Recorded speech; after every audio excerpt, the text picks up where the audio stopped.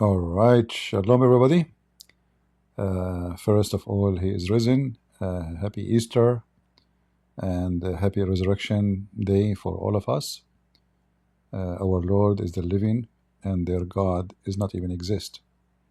I wasn't really planning to go live, but somebody sent me a video of Miss Lubna. Lubna, I spoke about her in the previous video. So she, decided to respond. And just to make it clear, I'm not here to make fun of this lady. I think she is a good woman. I mean, everybody have his own, let us say, reason to be what he is. For me, I will always I speak in a very, let us say, straightforward, harsh, tough way. Even with a Christian, if a Christian do something I don't like, I criticize him. I don't care. I don't. I have loyalty only for what I believe, not loyalty to people. So if a Christian do something wrong, I say this guy he did something wrong. That guy, and people don't like what I say. They say, why you are bashing this Christian guy? I'm not bashing. I'm just saying the things as it is. So people don't accept. Let us say, some people they have loyalty to a person, and the second you criticize the person, they feel like you are criticizing them because we support this guy, we think he's a good guy, why you are criticizing him? And sadly, if you criticize a person, they will think you are saying he's bad. I mean, he might be bad, he might be good, but criticism is a must for someone who is faithful, and based on his faith he criticizes. So our friend Lubna here, she made this video, and again, I'm not trying to put her down, but I invited her to call me, and I don't think she will do so, and I understand why. I mean, myself, I will not call myself if I invite myself to debate myself. That will not be a good idea. So let us see what Lubna she said in this video. And again, I don't want people to make comment against her. She is, I mean, she have her own. She's born in a certain family, in a certain situation. We have to understand where she is coming from. At least she is being honest in many ways when she speak about Islam. But she don't dare to say, I am criticizing Islam. Oh, no, I'm criticizing the bad apples. And in this video she made, it's a very short video. I did not watch all of it, but let us watch together and see what she is saying. Hi all, welcome back to Candid with Lubna. Now in today's video I'm going to respond to Christian Prince. So yes, some of my viewers advised me that in a few of his recent past lives on his YouTube channel, he has commented on some of my videos. So what I would like to do is play a few clips from his live and respond to some of the comments that he made about me. Please note that his lives are a few hours long, so of course I can't play. Correction, Lubna. None of the comment I made is about you. I mean, I don't know you. You see, you say that you saw yourself, you show your name. Still, I do not know you. Somebody told me that in your video, you said, but I did not see it yet, that Christian Prince he don't show his face. If you think somebody showing his face or his name, that means you know him. You are mistaken. You do not know people by seeing their faces or even seeing their ID. The Lord, he said, from their fruits you shall know them. So I was speaking about what appeared to be your fruit from the word you said. Otherwise, I never spoke about you. I'm not here to speak about people. Like even when I speak about Mimi, Hijab, etc. This guy is not my purpose of conversation. I mean, this guy, who is he? And it's same for me. Who am I? I mean, nobody. So here we are talking about faith, belief, right and wrong. People are people everywhere. And when we criticize somebody, either we criticize him because he is bad, or we are criticizing him because he follows someone bad. So in the case when I speak about Muslims, I do both. I say they are bad because they follow someone bad. Because why I want to follow someone bad if I'm not bad? Does it make sense? You know, in the Middle East we say, tell me who's your friends, I will tell you who you are. So if my best friend is Mohammed, I mean obviously you know who I am. Not by name, but by knowing my friend. I hope you are smart enough to understand what I'm saying. Let us continue. The whole thing here on my channel. However, I will put a link to those lives in the description box for those of you guys who want to watch the whole thing. You remember this woman? I played her video before, and I said she's an ex-Muslim, obviously. And you guys, you told me she is not ex-Muslim, right? And then actually she came and she left a comment in my section, in my channel. I invited her. I told her, if you want to call me, you can call me. So I found a video here of her. Where is the video? Here. Look what she said. So yes, I don't identify as an ex-Muslim. I'm someone who was born into a Muslim family and raised as a Muslim, and I was raised in a more liberal fashion. However, as I'm growing older, I have started to research about religion, and that includes my own. So a few years ago, I picked up a translation of the Quran and worked my way through it. I then did have lots of questions, and I am still trying to find the answer to many of them.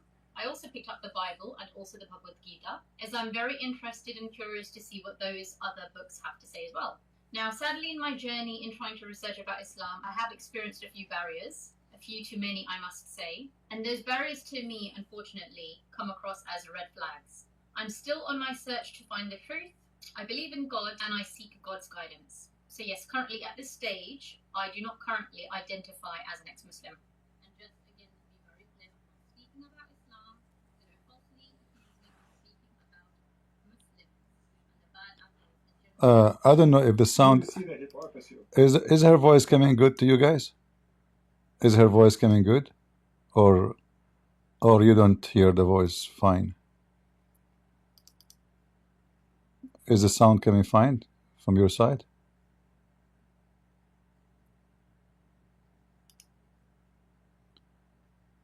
It's good? It's low? Yeah, when she play the video, my video, the voice will come low. But I think her voice coming fine. It's alright. Let us continue. Of this woman, she said they are using the scriptures. So you just admitted that the scriptures is teaching them that. So she isn't speaking about Islam. See, Lubna, she is shaking her head. She is saying, no, no, no. Hey, Lubna, isn't it the mut'a is in the Quran, chapter 4, verse 24? Isn't chapter 4, verse 34 says, beat the women?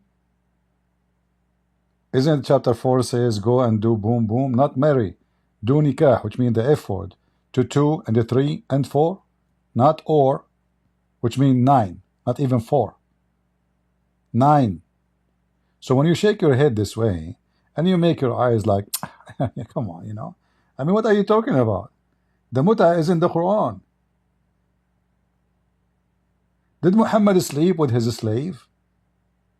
Marry the cook, the maid?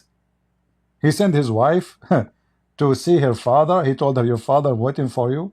She went there. The father told her, no, I did not call for you. She suspects. She went back home. She found Muhammad in the top of the slave. Isn't this a secret behavior? She is not even his wife. She is a maid. So what do you mean you shake your head? Isn't it your Quran consider you half a brain? So you cannot even be a witness in the court? And the only time you can witness in the court, if you witness borrowing money, and you have to be 2 women equal to 1 man, and those 2 women have to be approved. So if Lubna, let us say there's a 1 billion Lubna, they saw a murder. Do you know that she is not allowed? The 1 billion Lubna are not allowed to witness in the court. Can you believe it? This is your religion. You do not need to believe me, Lubna. Go check right now. Search, can a Muslim woman in the court witness for capital punishment? She cannot. She is not accepted. After like many take and break and take it and bring it, they come to the conclusion, says we should allow her to witness for giving birth, because usually men are not allowed to enter the room where women are giving birth. So a woman should witness birth, even though that is not on the Quran, but they call it ijtihad. But in the case of murder, in the case of theft, in the case of, even in the case of rape, you cannot prove rape in Islam. Even if somebody rape you, you cannot prove it, because you have to bring 4 witnesses, and they have to see his private part going in and out. Even adultery, like now they are talking about this Salman, they accuse him of adultery. If his wife, she accused him in a Muslim country, she will be whipped 100 times in her back. Why? Because she did not provide 4 witnesses, and they saw his private part, his penis, excuse my language, going inside the women, in and out, the same as the pin go in the inkwell, as your prophet said. So when you shake your head this way, you did not solve the problem.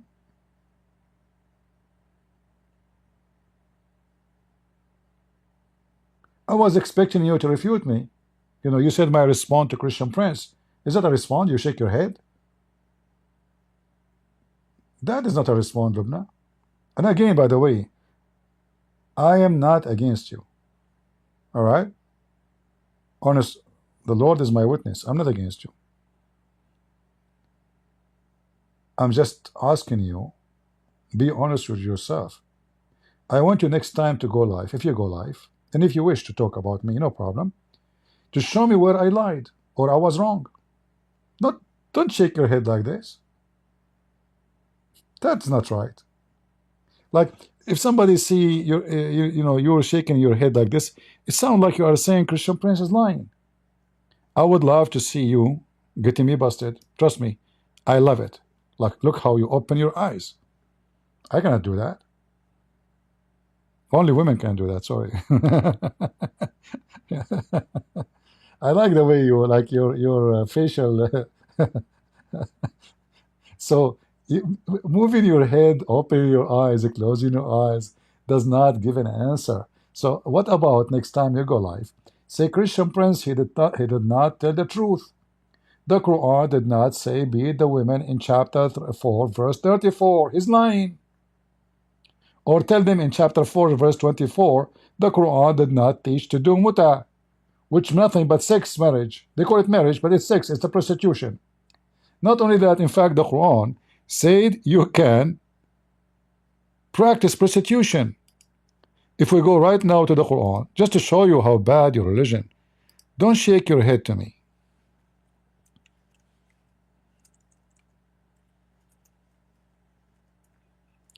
The Muslims don't debate me for a reason. This is chapter 24, verse number 33. All right? And this verse speaking about using your girls for prostitution. You see in the translation here says save slave girls. In fact, in Arabic it does not say slaves. It says fatayatukum, which mean your girls. Your girls. So force them not if they choose a chastity. Oh, so if they choose not, it's okay. It's in front of you. And even if you force them, Allah is all merciful. There's no penalty. There's no punishment for prostitution. So if the girls agree for prostitution, all right, no problem. And look, just to show you how the Muslim translation lies. Look at this translation here. This is Big Tal. I will change the translation, and right away we'll have a new Quran. Look, miraculous Quran. And force not your maids, your maid, now it became maids, okay, to prostitution if they desire chastity. So ask them, do you like to work prostitute? If she say no, don't force her, please. If she say yes, okay, no problem. And if you force her, Allah is all merciful. And the same we can find in chapter 4:24. The muta is not a word coming from the sky. Muta mean joy. In this case here, it's about sexual joy. In other way, it's a lust, because there's a huge difference between joy and lust. So this is the Quran, chapter 4, verse 24. It says, "ما استمتعتم فما استمتعتم به منهن." Bihi, go back to their vagina. So when you enjoy their vagina, pay them their wages. So what the muta is, you go to a woman, you say to her, I offer you money for 3 hours boom boom. If she agree for the time and the price, she will say, how much you pay me? He will say $10. If both they agree with the time and the money, then they go for it. In fact, if we go to your Islamic website, we will find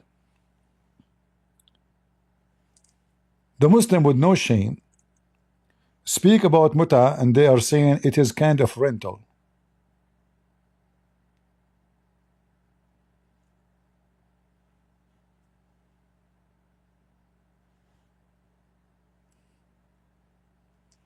Let me show you. You see, I don't shake my head. I show the proof. I show reference. This is your Islamic website, not my website, explaining with details all the conditions of mutas, which is very fun. The 4 pillars of muta. You can read them. I will post the link. In fact, you can freeze the channel. I'm sure you are smart, you know how to search on the internet. You can freeze the image, take a screenshot, and you can search it in Google. So if you go down here, I will search on the page for the word rented. Rented. Look at this. Muta, read carefully with me. In some work, oh, sorry. In some work, special term is applied to women who participate in muta. In Arabic, mustajara, or this is a translation, rented women. So is that a prostitution, Lubna? Or this is not? Rented. You pay a Muslim woman to sleep with her. This is your website. Muta is considered as a kind of rental. Is a Christian prince making things up? You can shake your head. Go ahead, shake your head. It's considered as rental. Why? Because general man's basic aim in this kind, they call it marriage, in this kind of marriage, is sexual enjoyment of a woman. So is the woman now become a sex toy? A whore, prostitute? Yes. So when you move your head left and right, like, that does not respond to what I say. Everything I say is true. You go silence in those things I say. You skip it. I thought you want to respond to me when I say something that is serious. But you did not, because you know I'm saying the truth. No Muslim can respond. Muhammad, he did mut'ah. The Muslim did mut'ah. The Quran said do mut'ah. And in fact, there's no verse in the Quran says don't do mut'ah no more. Nowhere in the Quran says don't do mut'ah. Imagine if Jesus saying to the Christians do mut'ah. Nobody will follow him. Because that will not be Christ, the one we are waiting for. The Lord of decency. Let's go back to, and again, I don't want people to make comment against Lubna. I feel sorry for her, She is, I mean, she is born of a Muslim family. She is afraid, to say things as it is. She want to keep, let us say, a safe line. She's criticizing, but she is not out of Islam. Okay. She said they are using the scriptures. So you just admitted that the scriptures is teaching them that. So she isn't speaking about Islam. Take a note, okay? I'm talking about those are bad Muslims, okay?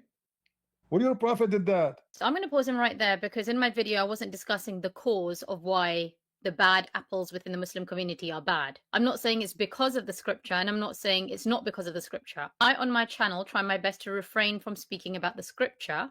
And the reason is, like I've said a million times on my channel, I already get threats from Muslim men, even though I don't discuss scripture. So look what you just did.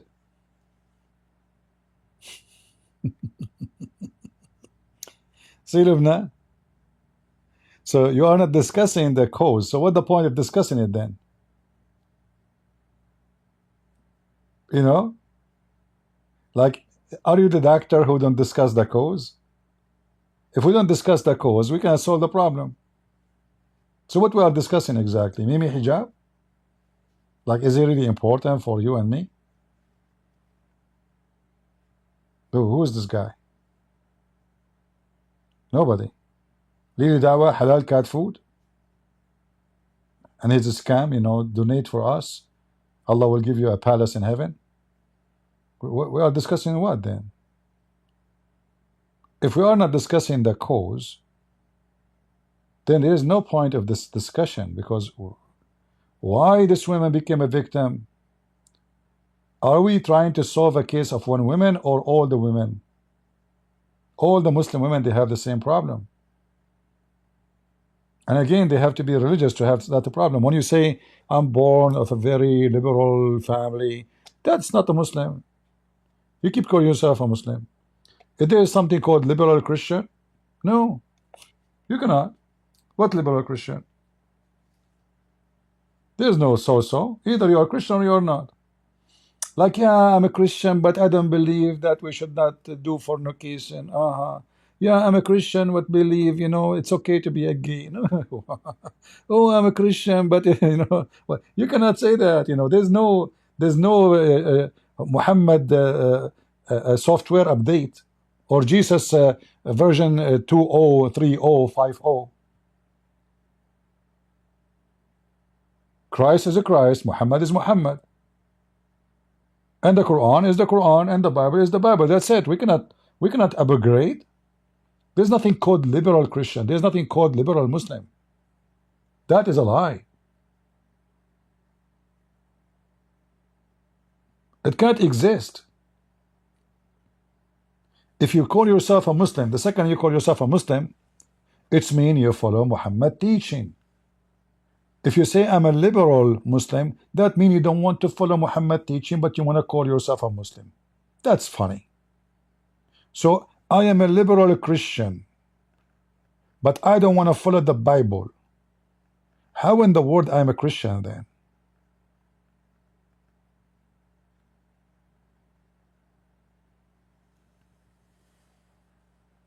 Again, I'm not trying to make fun of you, but I'm just giving you an answer to think about, you know. I'm sure you are a smart lady. And actually, I really appreciate people like you, because usually Muslims, they have a lack of decency, and they are infected with rabies. They want to bite anyone who don't agree with them. And you are obviously not like them. And obviously your family are good quality family.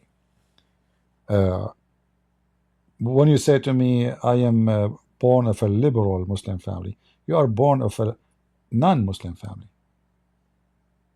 Because look at you. You are not even wearing hijab. Do you know that your prophet, he says, if you do your eyebrows, you go to hell? Allah will curse you. The funny Muhammad, he command Muslim men to shave their mustache and to shave their hair and their body, but women, she cannot take hair from her face. He like her to look like a goat. And when you ask the Muslims why, they say, oh, because the prophet, he considered doing that is a change in how Allah made you. Look at the stupidity. So you Muslim, when you shave, Muslim men, when you shave the body hair, your body, all your, Muhammad, he used to use something called an-nawra, which is sugar, cooked sugar, like form of sugar. They stick it in their body, you know. So Muhammad used to take the hair of all his body. But isn't it, this is a change in the way Allah made you look like? Why you do then some circumcision? Isn't it this is a change in the way Allah made you look like? Why Muhammad he color his hair red? Allah make you with the black hair. Why you make it red? Hmm? And you know, if you see how Muhammad looked like with the red henna, he looked hilarious. I wish at that time they have a camera, because the image of Muhammad is enough to make people leave Islam. He will look like a devil with this henna in his head and his beard.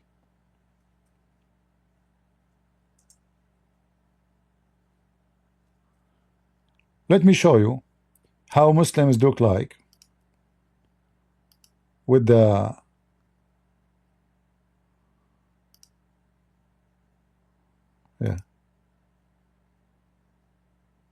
take a look. This is how your prophet, the fashion of Islam. This is a fashion of Islam.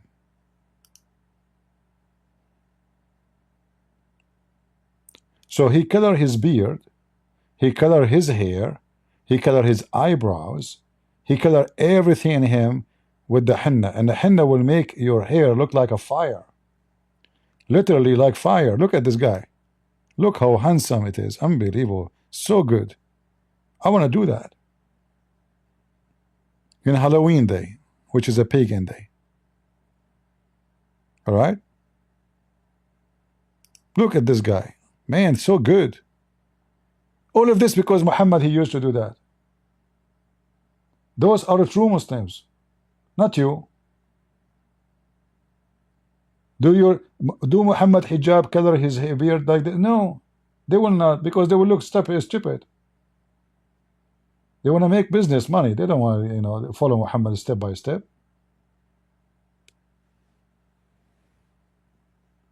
By the way, guys, what do you think if I did my beard like this? I don't know. I think it's going to be good. Hold on, I have a caller. Hello? Get a breath. First of all, you cannot do it this way. Hey, why, Zakir Naik? Very reason. This is only for Muslims, and only Muslim can do that. Oh, what do you mean? Like Muhammad, he have a copyright over it? Exactly. Okay, what if I did it? What I would do? We will take you to the Islamic court, and we are going to make you to do it. What the heck? What the heck is that? I don't understand the thing. What you will do if I color my beard like that? This is very. I mean, I'm sexy, and you know it. Right? This is very. Look at those faces. Look at this madness. Look at this madness. Look at this madness. Lord have mercy. This guy in the corner in the left, he looked like me when I was young. The left in the corner down, you know. Yeah, when I was young. Now I don't look the same. I wish. Yeah. All right. So, you know, the fact is, speak for itself. It's not about people. It's not about this guy did this and that. You know, the whole purpose of me talking here is to speak about Islam, not to talk about Lubna, not to talk about Christian Prince, not to talk about those Mimi and Fifi and those scumbags. Those are liars taking advantage of people. And you yourself, you call them the clowns. And I agree with you. Go ahead, Lubna. Scripture and I don't criticize a religion, I already get threats from Muslim men. And ideally, I don't want to put my life at greater risk. But did you ask yourself why you will be at risk for criticizing Islam? Because Islam is, this is what Muhammad told them. Again, you are ignoring the fact. Muhammad told them, if somebody changed his religion, kill him. Kill him. من بدل دينه فاقتلوه. As simple as that.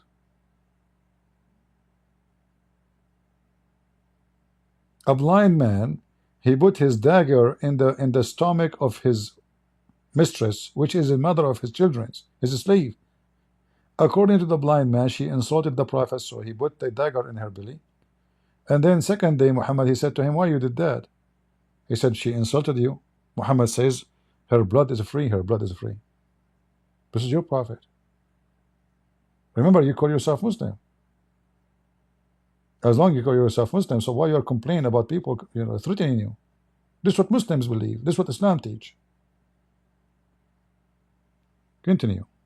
But I never said it's not because of the scripture, and I never said it is because of the scripture. So you will not dare to say either, so what the point? It's like somebody, you know, my teeth is hurting. I will not say it's because of the bacteria, and I will not say it's not because of the bacteria. But we know that it's because of the bacteria.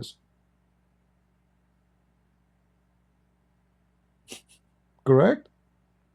Like, if I didn't see it, say it, does it make any difference really?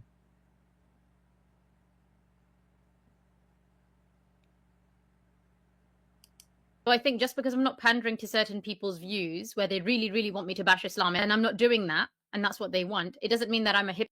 No, you are bashing Islam. You see, you claim that you are not bashing Islam. But when you say they are using the scriptures, and you try to fix it and you say they are misusing the scriptures, that's not right. Because there's evidence that this is what Muhammad taught. They are not misusing the scriptures.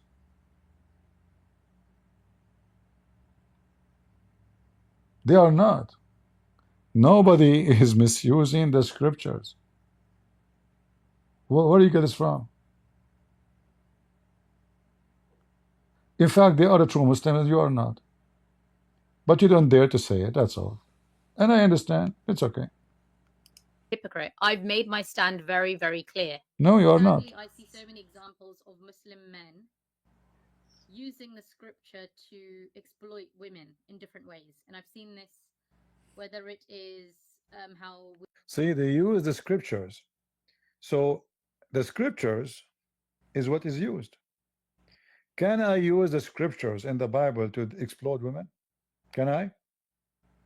Like there's a verse in the Bible, Jesus says to me, you can take a sixth wife. You can lie to your wife. What do you mean they use those scriptures? That means those scriptures is the one is used. So I think just to answer his question, there are many different sects that have been created by Muslims from Islam. And there are so many different interpretations of what the scripture means. So to those Muslims who are good apples within the Muslim community... Just to correct you, Lubna, all Islamic sects agree on the mut'ah. It is the chapter 424, all Muslim sect. So you are trying to escape. You know, I use a harsh language usually. People, they know me. I'm not using it with you. Everybody knows I don't hold myself much to say certain words like stupid, donkey, potato. When you say there's many sects, can you find me one sect does not agree with the mut'ah? That chapter 4 verse 24 says this is about I challenge you to find me one sect. What sect? The major sects of Islam is Shia and Sunni. Sunni, they say the Quran, yes, came with the mut'ah. Then later the Prophet forbid it. But we find evidence that Muhammad never forbade it. The one who forbade it was Umar. This is from the books of the Sunni. If we go to the Shia, until now they practice it. The Sunni, the hypocrite, they found other solution. The Prophet, he eased things for us. As an example, when a woman, she was in the way, in the desert, she was thirsty and hungry. She found an Arab man, Muslim man, and she said to him, please give me food. He said, I will give you food if you open your legs for me. Excuse my language.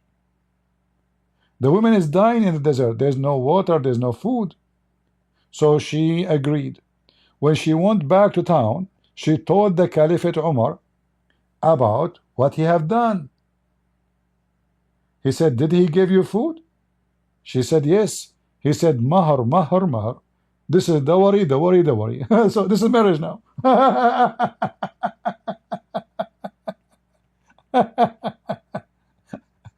Marriage for 15 minutes in the road.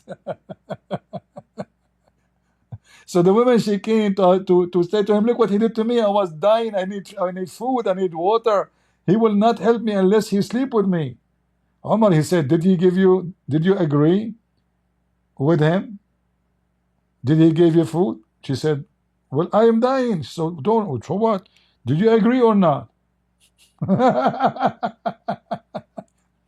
So maybe Umar was a bad Muslim, huh? Maybe Umar was from the sect of Hulunulu. What about Ali? What about Abu Bakr? You know, uh, I can show you tons of reference about all the caliphate practicing that. All of them, with no exception. There's different sect. That's a good answer. Really. Let me tell you about one of the sect which is very funny. I like it. They have a night. It's called the night. I don't know how to translate this word into English. Hmm. You know, when you close your eyes, you know the game when like if you are a kid, you tie up your eyes, and then you try to hold the person, like you hold him by your hand. You know, you catch him. So the Duruz, one of the Muslim sect, they have an occasion. It's called catch and take. Catch and take. So they go inside a big room, and this room have women and men. All the men they put like a scarf on their eyes, so they can't see. And whoever you catch, whoever woman you catch, is yours for the night. But I can confirm to you that this is not from Islam. This is the Duruz. But you cannot say to me that Mut'a is not Islamic, because no single Islamic sect don't agree. Not a single one. Not a single Islamic sect says you cannot hire a woman for 1 night or 3 nights. You know, maybe Muhammad, he misused the scriptures. Muhammad is a bad Muslim. He is not a Muslim, right? And the Muslim, they try to fix it.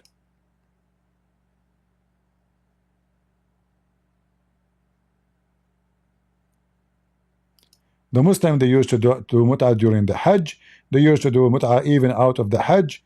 And it's obviously the mut'ah never been forbidden by Quran. Never. Here they lie, by the way. They say here Hajj tamattu'. There's no Hajj tamattu'. The hadith says the mut'ah qad nazalat in the book of Allah, and we did it with the Prophet. And then there is no Quran came to forbid it. And he did not even forbid the mut'ah until he died. So Muhammad never forbid the mut'ah. Never. And they did it with the Prophet. We perform it with Muhammad.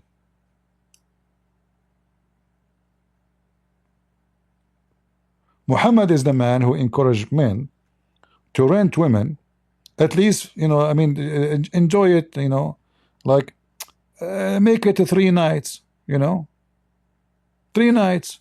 Don't, you know, come on, enjoy it. And this is Al-Bukhari. Messenger of Allah said, if a man and a woman agree, here in the translation says to marry temporarily. This is false translation. Nowhere the word marriage is mentioned.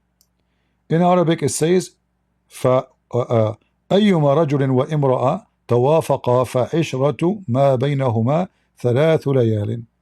Any man, any woman, they agree to F each other to 3 days, 3 nights. If they like to increase, they increase. If they like to decrease, they decrease.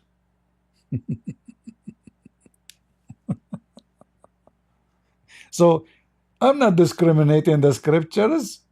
There is many sects in Islam. That's a good answer. Those are the Sunni. And I just already showed you the Shia. This website here is a Shia. Rented women. So what do you mean there's many sects, many interpretation? Do you have a new interpretation for yourself, like, you know, for the Quran? Okay, go give me interpretation for the mut'ah. Go ahead. I want to learn from you.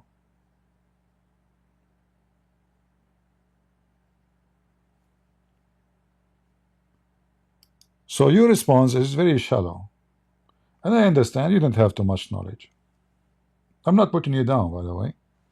But, you know, if I write a letter in English, I'm sure Lubna, she will laugh at my English. She will notice how many mistakes I have made. So I can say I'm ignorant in English. That doesn't make me a bad person, or but I'm just stating a fact. You're ignorant in Islam. I'm ignorant in English.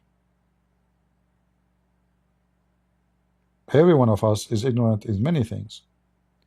But when we speak about religion, and especially if it's my faith, it's not right to be ignorant about my faith. That would be funny and stupid of me. Because if I do not know my faith, I will know what? So I have no faith then. So why I call myself a Christian or I call myself Muslim if I do not know what I believe in? If I do not know what my book is teaching? That is not smart. Continue, Lubna. They will see the bad apples as misusing the scripture. Uh-huh. How a lot of converts Muhammad was a bad apple, huh? are treated like second-class citizens. By the way, when someone she convert to Islam, like those Western, do you know how they look at her? She is a whore. Anyone convert to Islam, they look at you down because they will see two things on you. First, you are not loyal to what you came from. Secondly, especially if you are a female, you accept to be their whore. As simple as that. They will never respect you. And you see, she mentioned that. Those convert, they treat them as a second-hand citizen. When in reality, supposedly should be treat them nice. I mean, a person he just left his religion, maybe he's an atheist, he become a Muslim. Why you want to treat them second-hand citizen? Because they look at you down. In fact, many Muslims they say that when those Western women they convert to Islam, she is just looking for a. I don't want to use the word. Not today. Private part. This is what they see it. She's a whore. She could not find a man where she is coming from, so she come to the Muslims. They don't see in those women any decency. Even the man, the same. Because he betrayed where he was, and now he is coming to us, so we don't trust them. They might even leave tomorrow. In fact, most of those who convert to Islam, many of them, they leave majority in within 3 years. Can I just say, I don't actually agree with what he's just said here. It's not about that they've betrayed the religion. All of us have been born into religion. If you're born into a Christian family, you're Christian. If you're born into a Muslim family, you're Muslim. If you're born into a Hindu family, you're Hindu. And I don't personally feel there's anything wrong with anyone leaving their religion, becoming an atheist, or adopting another religion. Frankly speaking, it's none of my business. I don't think that Muslims see as a betrayal if someone leaves their religion and joins Islam. However, there have been far too many examples of Muslim men exploiting new converts, thinking that just because they are new converts, they're going to be okay with being wife number 2, 3, 4. And some Muslim men have tried to exploit converts for temporary marriages, because these bad apples within the Muslim community have tried to take advantage of what they see new converts as being, i.e. a new ignorant Muslim who they can take for a ride. And sadly, we do have those monsters out there in the community. I also feel one of the reasons for new converts being exploited is because they don't get the support from their family when they convert to Islam. So when you don't have a support system and your family is abandoning you because they're not happy that you've converted to Islam, then naturally you may find yourself in a position where you are alone. And when you are alone, you will look like a prey to predators. You will be vulnerable. So the biggest thing that I would like to urge everybody is, it doesn't matter what religion someone from your family converts to or leaves, continue to support them. So I don't care whether it's a Muslim leaving Islam, and I don't care whether it's a Christian converting to Islam. Don't abandon your family members. Listen. You are speaking, I don't know how old are you, but what you are saying is just a teenage talk. How come if somebody converted to Christianity, Christians will not take advantage of this woman? What do you mean family support? Why she needs support of the family? For what exactly? Is she going to war? If a Muslim woman, if you convert to Christianity and you go to church, the Christian, they will take you for a ride? Can you give me examples? Those things happen only between Muslims. So don't tell me I don't care what religion. Everyone is born of us, born into family. I'm born Muslim, you're born Christian. That's not true. There's no Christian is born a Christian. You are again ignorant. Christianity is somebody, Christian is somebody is born again Christian, not born Christian. So if you are born from a Christian parents, doesn't make you Christian Christianity. It doesn't. We have ton. You go right now, type on Google, born again Christian verses in the Bible. You will find tons of verses. You have to be born again, which means you convert. Every Christian have to be a convert, not born of a Christian family. Born again mean you convert to Christ. You, not your parents. It's not your mama tell you now you are Christian. It's you decide to be Christian. When you decide, when you make that decision, you get baptized, you are now born again. So again, you have a wrong idea. Islam is the one who take advantage of the women. As you said, they take you to a ride. Literally, a ride. You say it correctly. You are a female, you are stupid. And let me tell you why I said that. Okay, let me hear more about what you want to say. We continue. Because that's when predators will come in all shapes. Why in the religion there's a predators? What is she converting to the wood, to the jungle? Predators. So why a woman she convert to Islam, she go to the mosque, she found there predators.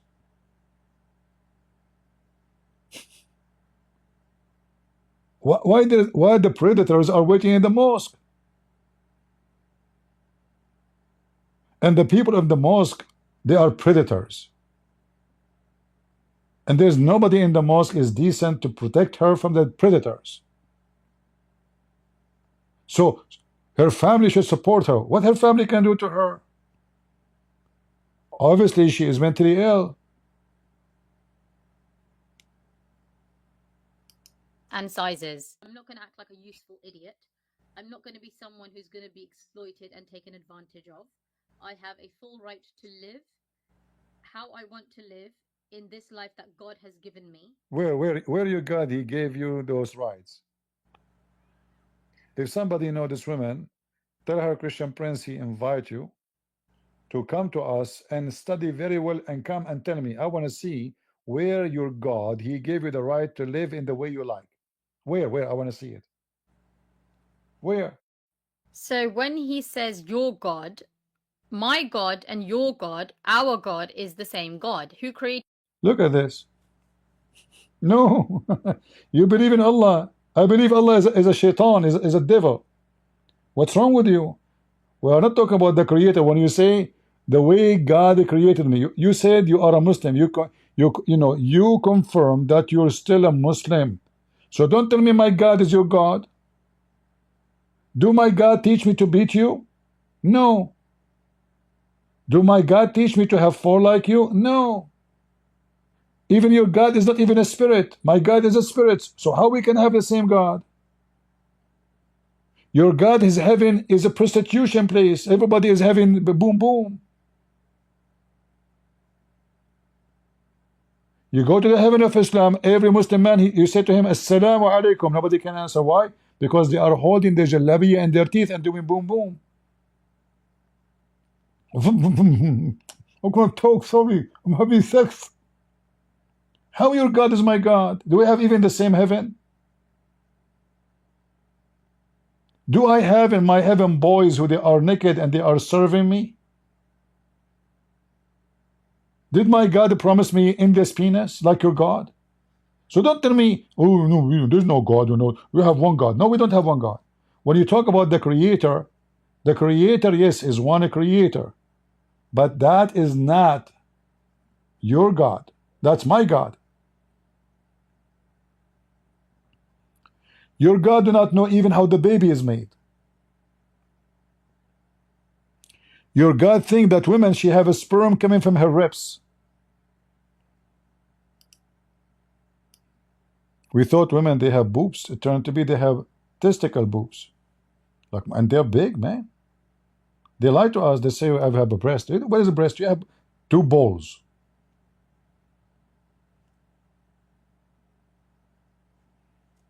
My God is the same as your God, the creator. No. The creator, even your God, even he believed there's many creators. Don't you know that? The Quran says Allah is the best of the creators. I mean, the one who wrote the Quran is mentally ill. What kind of God he say this? This is how the baby is made. The semen become a dead blood, and then the blood became a clot, and the clot became a lump, and the lump of a flesh, and then that will become bones. This is God. I mean, a kid in elementary school, he will not give stupid information like this. And then you speak about there's only one creator in Islam. No, Allah is the best of the creators. And then the Muslim, they try to fix it. Oh, you know, if you create a bicycle, what bicycle? The Quran says the creator is the one who can give life. The creator is the one who can create from nothing. Look what the Quran is saying. The same chapter actually, same verse. Allah is the best of the creators. So if you are a Muslim, you should not believe in one creator. There's many creators. And the reason Muhammad he said that, there's two reasons. First of all, he copied that from a guy's name, Abdullah ibn Sarh, and this guy he left Islam and he became a Christian. He was the scribe of Muhammad. Muhammad he was saying the Quran. Abdullah he was the inscribe, which means he write the Quran for him. So Muhammad he mentioned all of this and he stopped here. Enter he arrived and he says, and then we brought forth as another creation. Abdullah ibn Sarah he says, so blessed be Allah, the best of the creators. Muhammad said to him, put it there. Abdullah said, put what, Prophet? He said, what you just said. Abdullah said, but this is what I said. He said, yes, it came to you as it came to me. Muhammad like it, he asked him to add it to the Quran. And imagine this is written in their books. So the guy, he said to himself, oh, obviously Muhammad is a fraud. I said it, he said, put it in the Quran. If he is a prophet, then I am prophet too.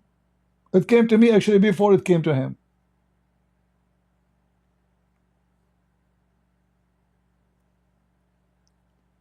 So when you say to me, no, we have one God, no, we don't. The God who says you are a sex toy is not God, that is the devil. This is literally the devil. This is not my God. My God, he said to me, one man, one woman. Family, love, not sex. My Lord, did he allow me to have secret marriage and mut'ah and all this garbage? My Lord Jesus says, if your eye will lead you to hell, you better unblock it, take it off. If your hand will mislead you, cut it off. What do you mean my God is the same as your God? Talk is cheap, but ignorance is cheaper. Created me, created you. So I don't see it as my God and his God and her God. There's only one God. There may be a different understanding of what God is. Different understanding. That's a good one. Are you watching Sadhguru? This sounds like a Sadhguru. What different understanding? If God could not explain himself to us, that means this God is not God. I mean, what different understanding? So when you say the Quran have a billion interpretation, do you know why? Because the Quran written by a stupid idiot who could not explain himself. This is what you are saying. Listen carefully. Because Muhammad, he could not remember the Quran, each time he says something, he add or he miss. So he claimed that he asked Allah to give him 7 Quran. And he told Allah through the angel Jibreel, the reason for that his people are stupid, they cannot handle it. So Allah gave him 7 Quran. 7 what? 7 Quran. After writing the Quran 7 times, you are saying to me there's many sects, many interpretations, which mean Allah, He explained Himself 7 times, and yet no Muslim understand.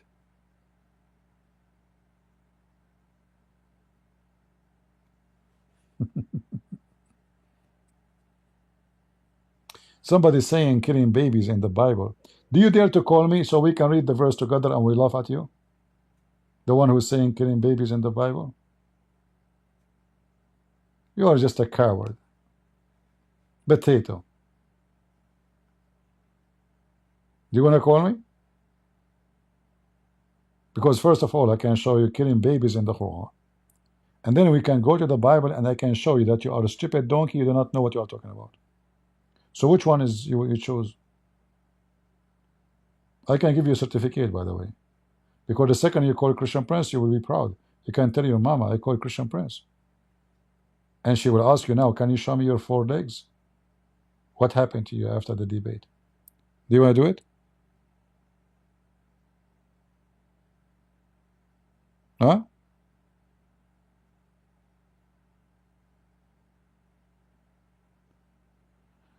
Let us continue, William. And what God wants from us. But I don't believe in multiple gods, that I have a different God to Christian Prince, for example. For example, those people who are throwing trash on the floor. For example, those people who are involved in honor killings. Those are the only people I'm calling out, the bad people. And for some reason... That mean all the Muslims. Where is the rest? The rest are not Muslims. If you don't follow those things, you are not a Muslim. Anyway, see, here you notice how Islam is filthy. Those are the religious. The bad ones of Muslims are the religious. The religious. The more religious you are, the more stinky. In Christianity, can you be really a religious and stinky? You cannot. The only way to happen if you are hypocrite religious, false religious.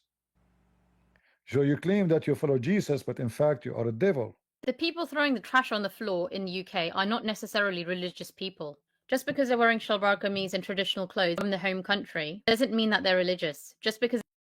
Okay, Lubna. What if I show that the Muslims in the mosque of Muhammad, they piss in the mosque? Not only the Muslim, they piss, even dogs, and they never clean after the dogs. Let me show you. Just to show you how clean the Muslims. Those are the Muslims in time of Muhammad.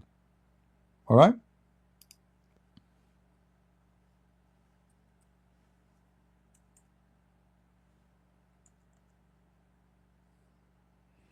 Read carefully. And this is Sahih Bukhari, very authentic.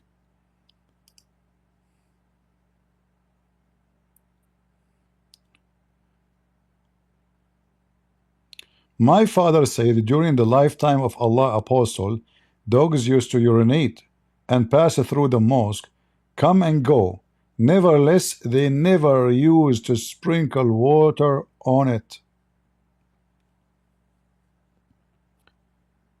Where? In the first mosque of Islam. If this is what is inside the mosque, what is in the street?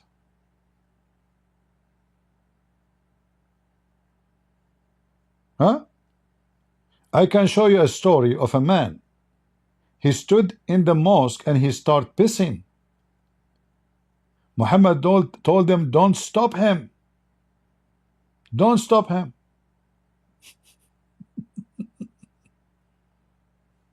Yeah. What about Muhammad himself? How he take a shower? Muhammad, he take a shower with dead dogs and women blood from period and stinky garbage. So there's no proof that those people who... What do you mean no proof? You go to the Muslim area, the garbage everywhere. Guys, there's no proof that the one who drop garbage in the street are Muslims. Go to the Muslim area. You go to non-Muslim area, you don't find the same. This is your prophet. He takes shower with dead dogs and women blooded from period, they throw their rags in the water. All right, and even the hadith says the water is stinky and the garbage is stinky, stinky, nothing. What Muhammad he said to them? Oh, the water is always pure, nothing make it impure. Come on, Prophet Muhammad. Huh?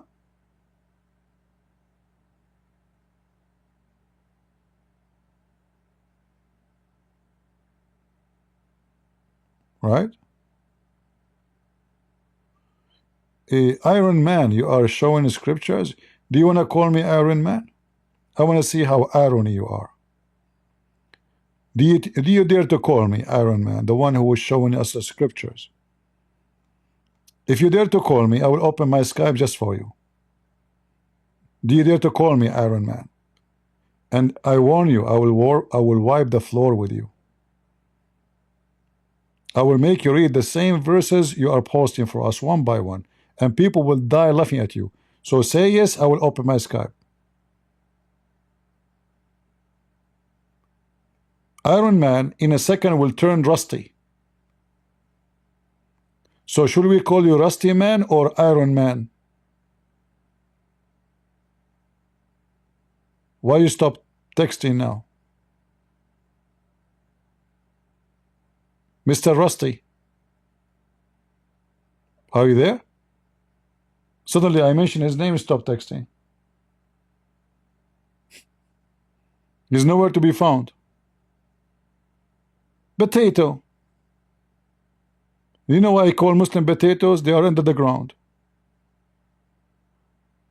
So you coward, you don't even dare to call us. You don't dare to call us. To face us with the evidence, because you know that what you are saying is going to be used against you. You know very well. You are talking to Christian Prince, potato.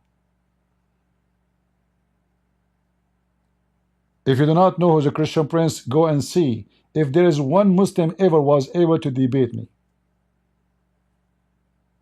Your God himself, he feared me. Coward. See, in Muslim channel, if I went to Zakir Naik. Zakir Naik, do you accept to debate me? The guy have heart attack, he saw my name. Just a few days ago, we went to Ali Dawah channel live. Christian Prince, if you are a Christian Prince, I am a Christian, and I am Muslim princess. Imagine, he called himself princess. Coward. We went to the guy, with his name? Muslim learn turn something? You remember?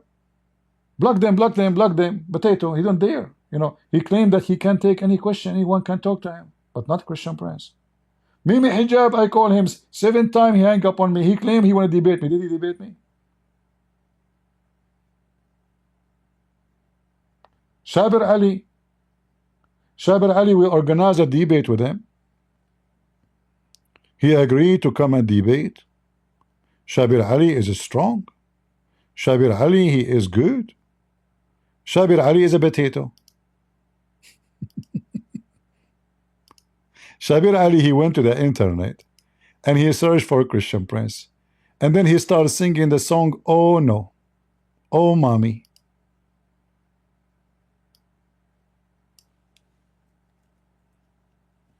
And when they asked him when he will debate me, he lied. He said, I contacted him. I never contacted him. This was ABN TV. They send me email. They send them email. Do you accept to debate Shabir Ali? I said, sure. They send email to Shabir Ali. Do you accept? We have a brother want to debate you. He said, sure.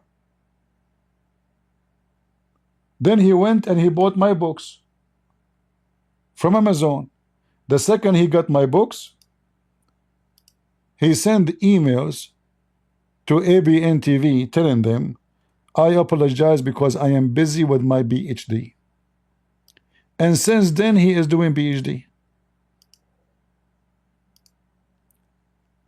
He have no time. He have no problem to debate David Wood.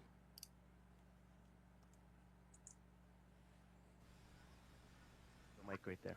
Hello? Yeah, I just came to ask the $1 million question. Shabir, when will you ever debate Christian Prince? Thank you very much.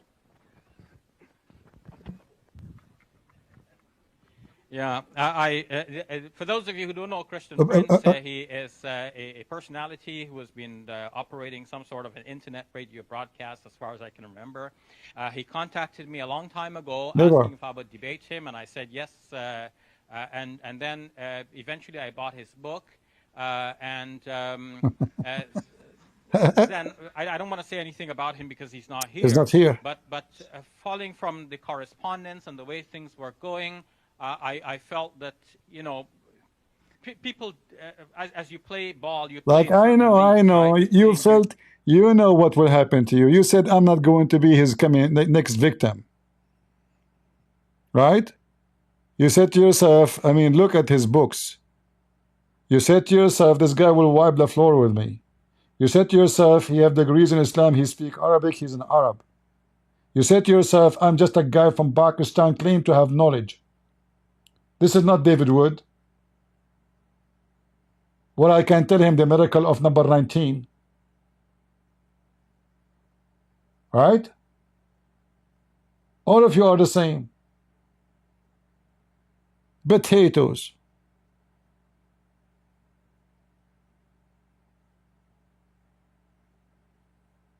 Anyway, let's finish with Lubna. Because they don't know how to speak in English doesn't mean that they're religious. So I have yet to see any studies done or any kind of research correlating religious people with throwing trash or doing some of the other things. You do not need a study. You go where the Arab live, and then you will see. You go where the Pakistani Muslim live, and then you will see. What do you mean a study? Take your camera, I challenge you. Take your camera and go to the Muslim streets. You do not need to talk. Is that fair, guys? You do not need to talk.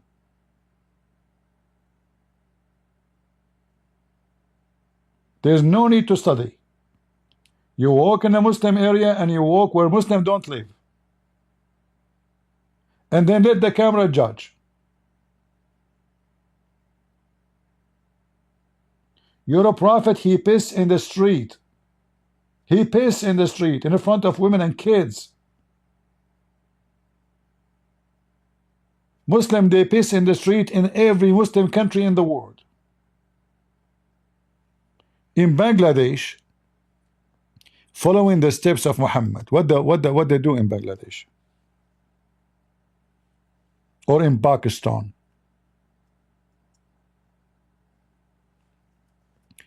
They write Arabic words on the wall to stop urinating.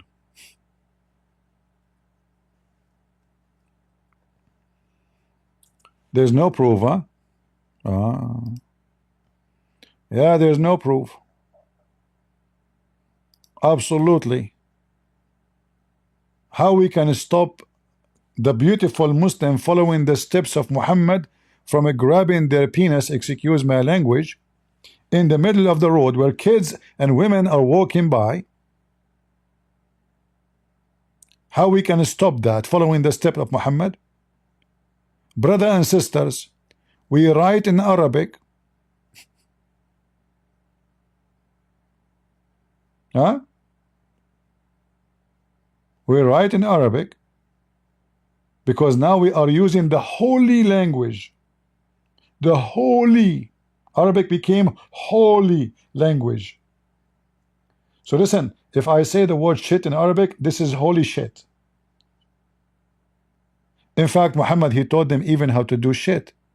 If you go in the hadith, it says an Arab man making fun of a Muslim, he says to him, why your prophet is teaching you even how to do shit? Like, you guys don't know how shit? He said, yeah, the prophet, he taught us everything, even how to do shit.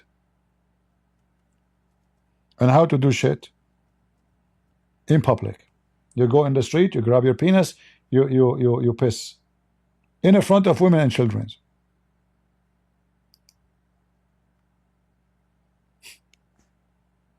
Look at the Muslim translation, teaching you even about your excrement. This is not what it says. حتى الخراء. How to do shit. الخراء. I mean, in the English translation, experiment. What is that? Yeah.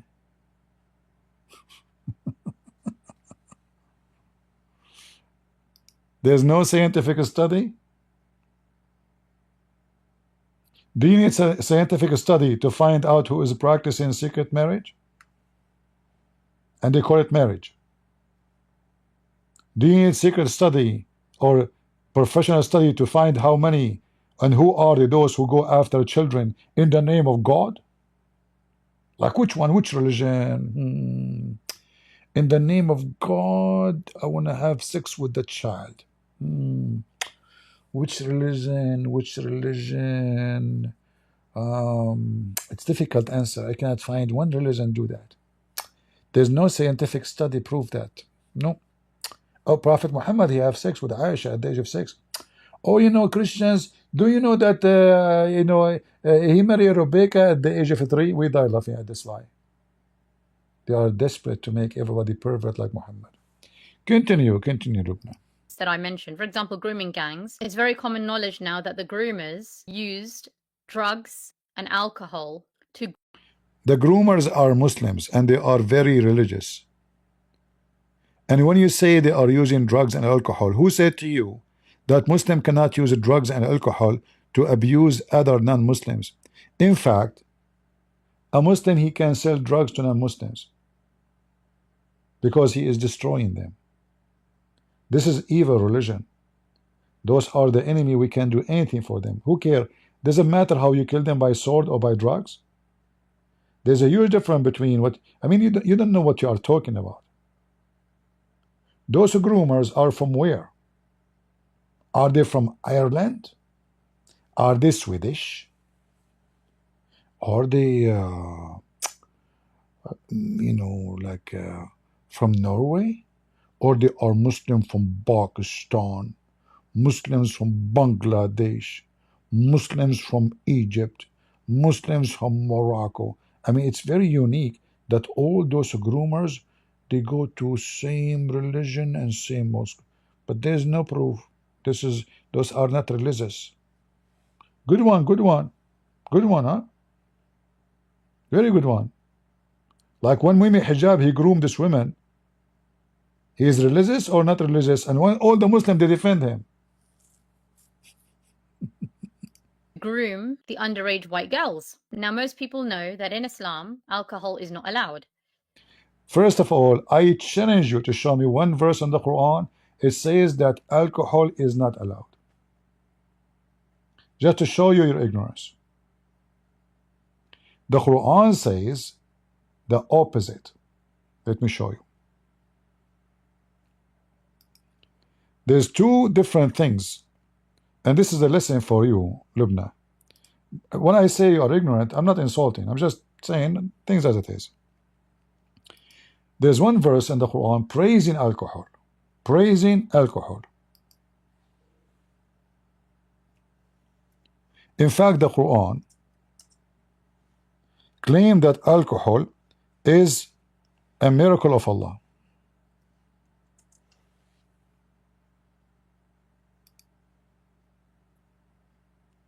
Do you see it? Chapter 16, verse number 67. The other verse, it doesn't say it's forbidden. It says فَاجْتَنِبُوا. فَاجْتَنِبُوا, which means avoid it. It's not haram. Nowhere in the Quran it says it is haram.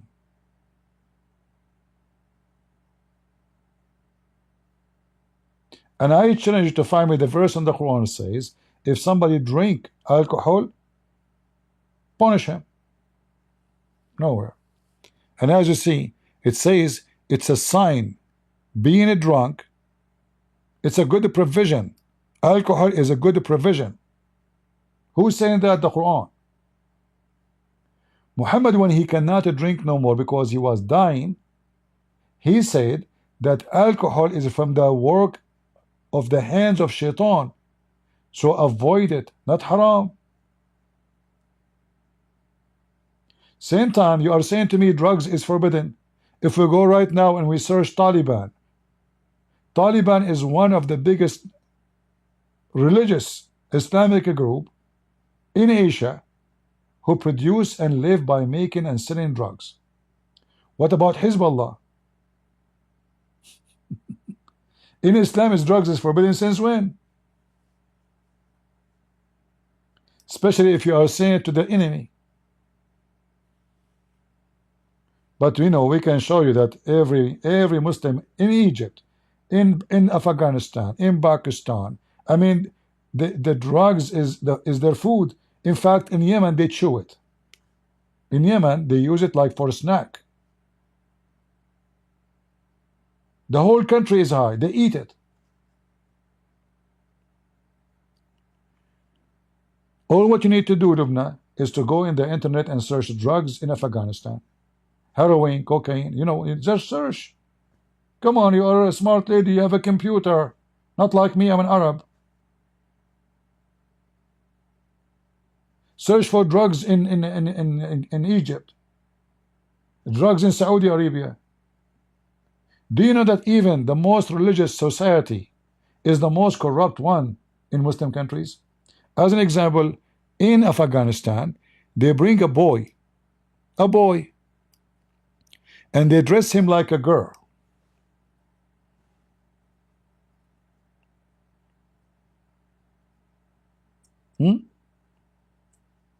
They put makeup on him. And after the party, they rape the boy. And the Taliban leader is the one who do it. And there is actually a report done by the BBC itself. The BBC who defend Islam. They call it Bachabazi. They bring a boy, he's not even 5 years old. 10 years old. They dress him like a girl.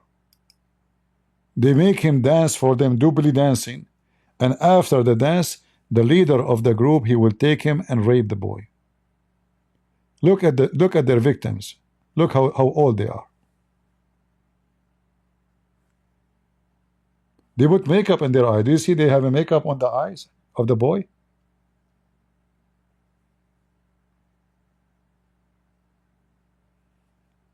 Go watch it. The Bachabazi. This is your religion. Not only they groom girls, they groom boys. Little tiny boys.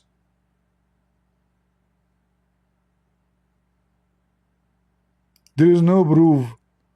No proof, no proof. I mean, aren't you afraid people will laugh at the way you are defending? I thought you are going to be different. You will be honest. You will be decent. He says, yes, okay, but wait, maybe because, maybe, etc. No, be honest. Denying it doesn't make it not exist. This is your religion. Those are boys for 6. Look at this poor kid. They dress him like a girl. And then after he danced for them, they rape him.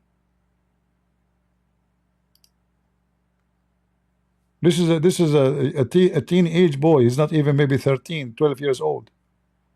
Look at the mullahs around him taking pictures. He will dance for them. And this is what we have in a camera. Imagine what we don't have in the camera.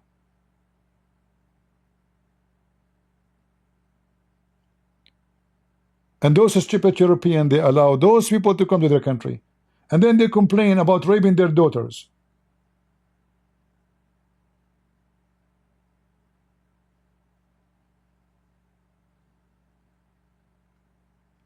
Europeans are so stupid and so donkeys.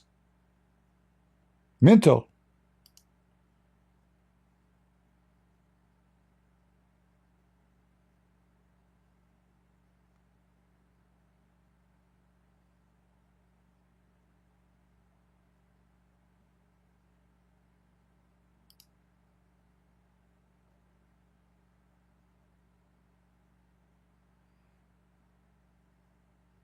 This is Afghanistan.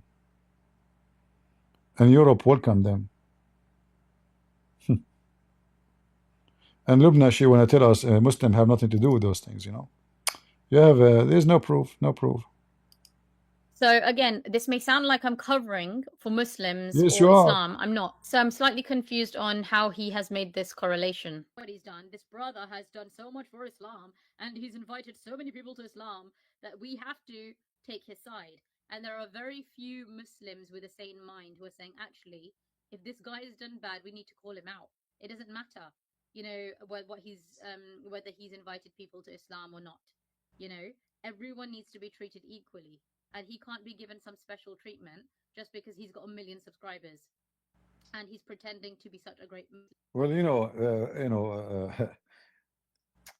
you see, like when I speak sometime like harsh on David Wood, people get upset.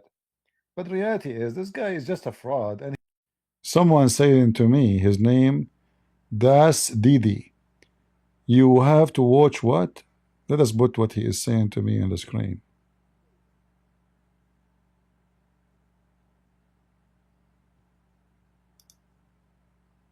Christian Prince, you have to watch your limit.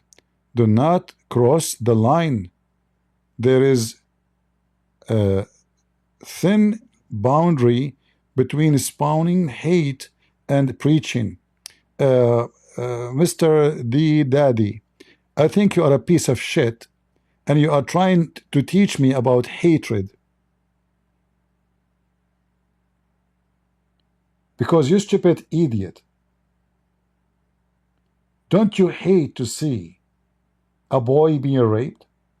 Look like you don't hate it. I do. Don't you hate to see a woman being used and abused and beaten and raped? Look like you don't hate it. I do. So look like my hate is a good hate, but your hate is Satan. Your love is satanic. You love it, don't you? Christian Prince, be careful. There is a thin line between hatred and preaching. Donkey. I don't know what your mama she gave you for food, but obviously she was not feeding you. She was shitting you. There's people that are born from their mother vagina, but there's some people that are born from their anus. You are just a stupid donkey. Like, did I say we have to hate the Muslims? Did I say that? Did I say we have to kill them? Did I say what's wrong with people? We are saying this is a filthy religion. Christian Prince, be careful. Get out of here, you potato. Coward. We are fighting their hatred. We are fighting their abuse. And the one who don't stand against this filthy religion, he support hate. It's you who support hate. Because either you are with or against. You cannot be so-so.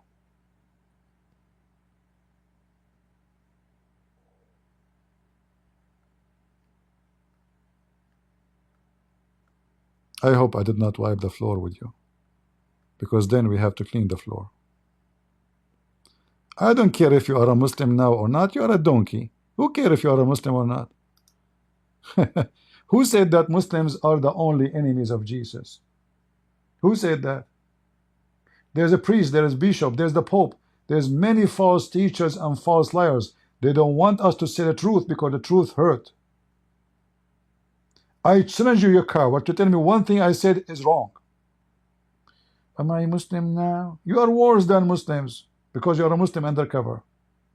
You are satanic undercover. We hurt your feeling because of what we said. Do you want me to be like the Pope? All religions lead to God? You want to say that? And that is the preaching, supposedly? What do you want me to say? Just tell me, I will repeat after you. What a donkey.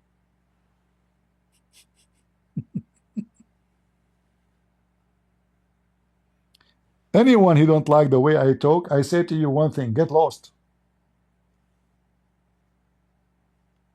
As simple as that. You know you are coming to listen to who. I don't sugarcoat things. Jesus said to the Jews who they worship Elohim, not Allah, the Pharisees, the rabbis, he said to them, if you are the sons of Abraham, you do the work of Abraham. Your father is the devil. The Jews, not Hamas and Taliban. Look like Jesus is a bad person for you.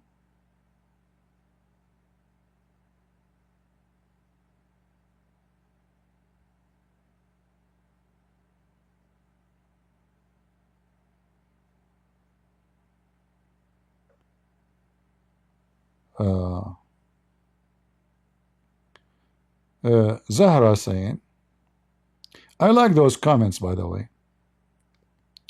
Let us show you what Zahra is saying. Where is Zahra? Man, 2 comments to follow. Too many. All right. Where is Zahra? Zahra, here we go. Look what Zahra is saying. CP has a good logic and reason, but not said in a reasonable way. It's not hurting. It's not hurting feeling only, but it's also insult. Exactly. I'm here to insult. I insult the devil. I hurt his feeling. And whoever follow the devil, the only one. Look, how come not everybody felt insulted? In the Middle East, we say the one who have a needle in his butt, it punch him.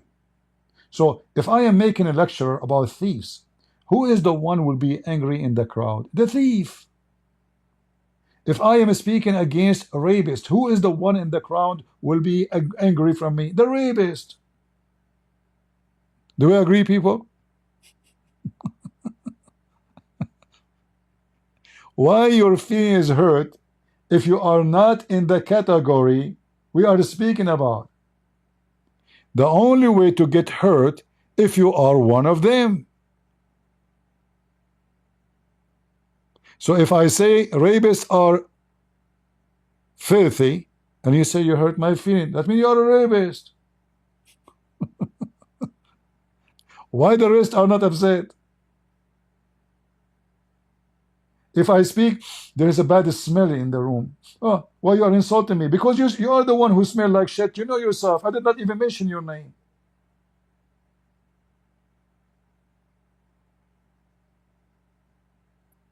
Don't try to bully me. I'm a Christian prince. I will wipe the floor with you. You try to make me look bad, smear me, feel guilty. Oh, he's insulting. Get lost. You heard nothing yet.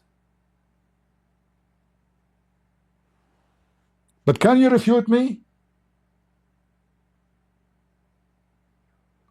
Zahra, do you want to call me and wipe the floor with me? And then I will get lost.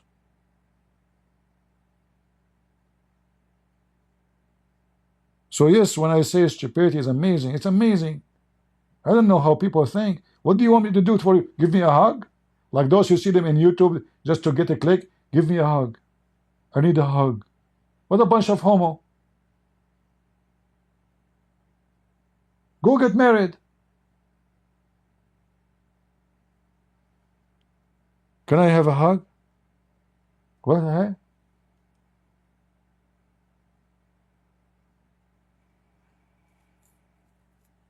You need a hug.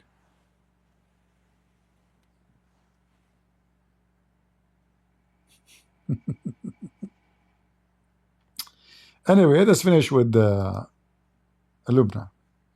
And he is dummy and he is stupid.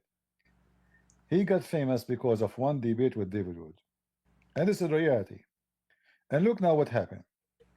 It's hard even to convince the Muslims that this guy is nobody. They are convinced that this guy is a hero. And all of this happened because of that stupid so-called debate. One debate. This guy become, that's it, we have to support him now.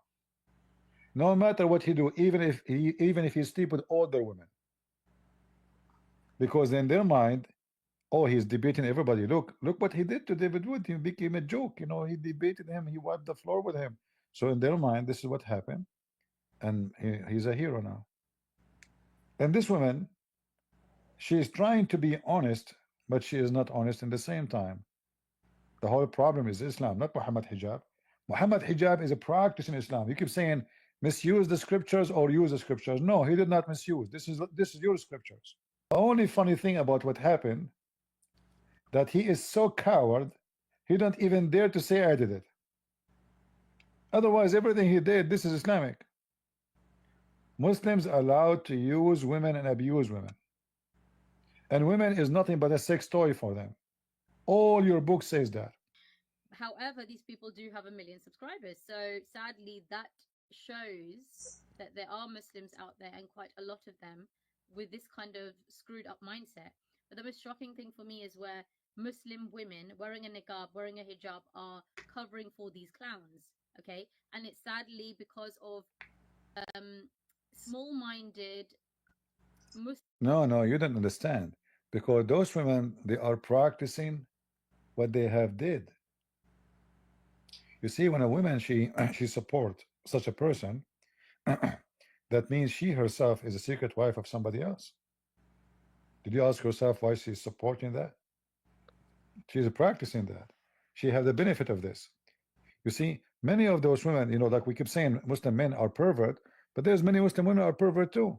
They want to sleep around. I didn't want to say we are sleeping around. So they accept secret relationship. They call it marriage, but in fact, it's nothing but fornication. Like this woman, the woman, she was the mistress of maybe hijab. They keep calling her wife. What wife? They never get married. So obviously she is horny. She wants somebody. It doesn't matter who. And because she is just horny, the whole point of this is what? Sex. When the women agree for this, obviously she wants sex too.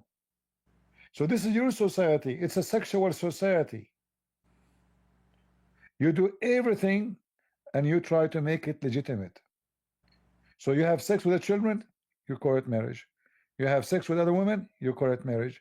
But in fact, there's no marriage there. You don't even walk with her in the street. You don't introduce her to your friends. If I'm walking with the woman and she's my friend, I would say, this is my friend, her name, etc. This woman, the secret wife, supposedly, between two bracket, he will not even walk with her. It's so off-putting. I don't know what to say in this video. All I'm going to say is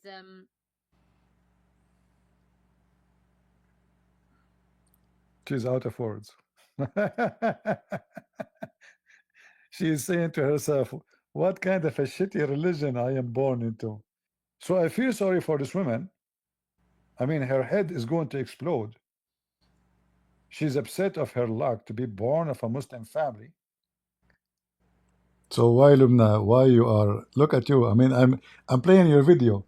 Why you are moving your eyes left or right? Did I say something wrong? You just said in the video, in your previous video, your head is going to explode.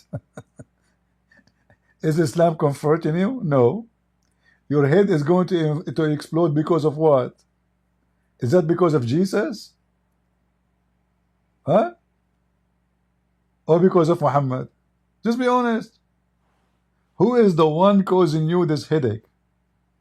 Just face it. Her prophet is a false prophet. is that I'm tired. Exactly. I'm tired, guys. I'm so tired. Guys, what Jesus says for those who they are tired? What Jesus says for those who they are tired? Come to me, I will comfort you. When somebody convert to Islam, this is how we Christians we see it. They just took our trash. Because only trash will convert to Islam. So by taking our trash, we stay clean. Yeah, so I mean, I don't agree with this kind of mindset of that just because someone has left your religion, whatever religion that is, whether that's Islam, Christianity, Hinduism, or something else. I don't believe that it's okay to call people trash for that reason. I think it's everyone's right to believe in whatever religion they decide to believe in. You can't force someone to believe in Christianity if they really don't believe in Christianity. And if for whatever reason they do find some truth in Islam and they decide to convert, as long as they have not been groomed, coerced, or manipulated in any way, personally, I don't have an issue with that. Frankly, it's none of my business. You see, Lubna, you see, for me, I met all kind of women and men too. And I found that always there's a lack of maturity between men and women, not necessarily women. And here, look what you are saying. You don't think that the one who converted to Islam is a trash. You think it's not right that I call the one who converted to Islam is trash. You have to prove me wrong. When a woman, she knew that Quran teach her or teach Muslims to beat the wife, and she learned that the Muslim can have a secret wife, and he don't have even to tell his wife is he's sleeping around, and she knew that the Prophet, he slept with a girl, she is 6 years old, and she knew that in the heaven the Muslim man will have endless penis, and she knew that the man will have endless number of females just for sex, and she knew that Muhammad described even how they will have sex in heaven, and he said dahman dahma, which means you push it so hard. And she knew that Allah will give you, I mean, all the stupid stories, sexual stories. So to accept such a religion, are you trash or not? You tell me.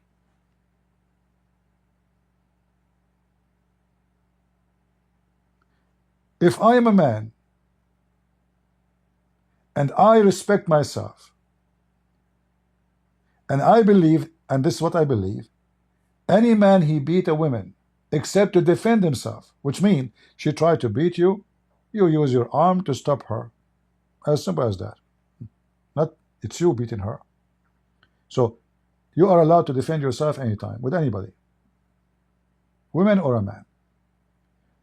But I believe a man who beat a woman is not a man. He's not.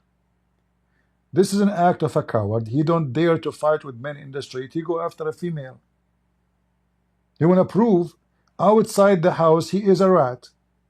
Inside the house he is a lion. So in order for me to convert to such a religion, teaching me something like this, that your mama, just because she is a female, she is the devil. If I respect my mother, if I am not junkie and trash, I will not accept anyone to say that to my mother. Or if you have a sister or a daughter. If our mother, just because she is a female, she is a shaitan. So we are born of shaitan. Who is the filthy animal? He will say to his mom, or he will print this in the top of the grave of his mother. Who want to do that?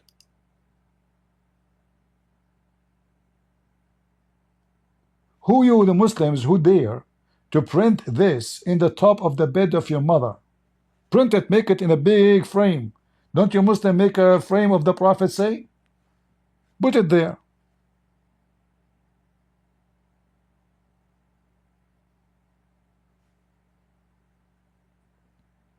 So to agree with this, I have to be trash. When Muhammad, he chased a guy, his name is Jabir, and he said to him, why you marry a growing woman? Why you don't marry a little child, a little girl? Why?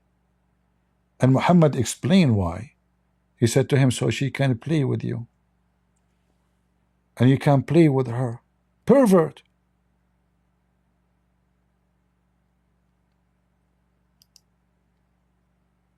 This is an act of a pervert. Why you don't marry a child, not a young girl? What is the reason? Look at the wise Muhammad, the pervert Muhammad. So you could sport with her. Sport with her? And she could sport with you. The sport here, translation of the word tula'ibuha, which means you play with her. You play.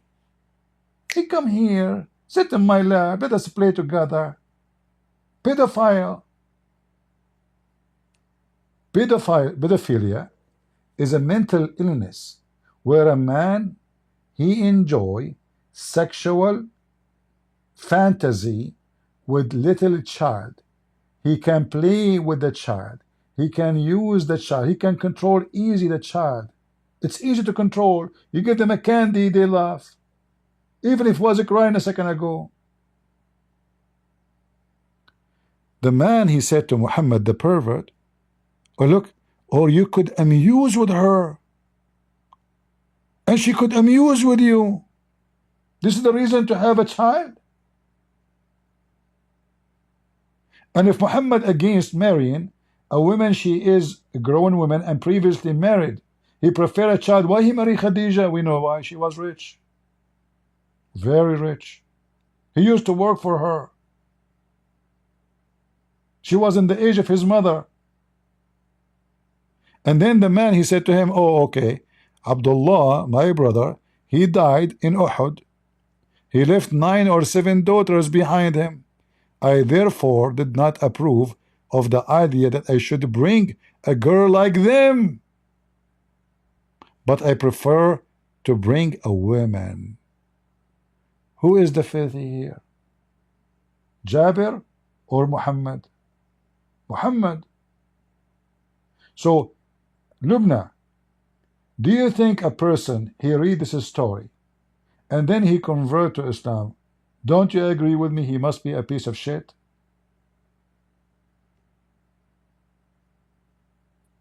What do you think, Lubna, if you are married and your husband, he love you and he is not complaining, and then Prophet of Allah, he come to your husband, he say, hey, why you want to go home fast? Oh, Prophet of Allah, I just married, newly married, and I miss my wife. Oh, you married? Did you marry a previously married woman, or little girl? You can sport with her, huh? Why? Why you marry? Oh, I married a widow. What? Why you do that? Why? Why you don't marry a child? Why didn't you? Look at the advice. Why didn't you, you idiot? Is that the advice of a good man and the man of God? Making the man think twice about leaving his wife. He's happy with her. He is not complaining. He wants to destroy the family of this man just because he's a pervert. He wants him to go after a child.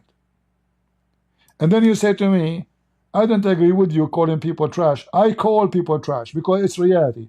There's a trash human, there's junk human, there's good human, and there is so-so human.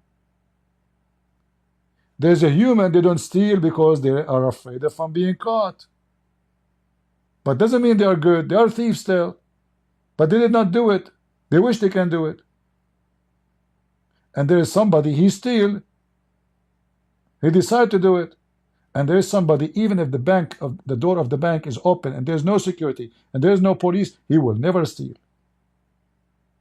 So we don't agree there is people who trash and people. No, there is a trash. There is trash.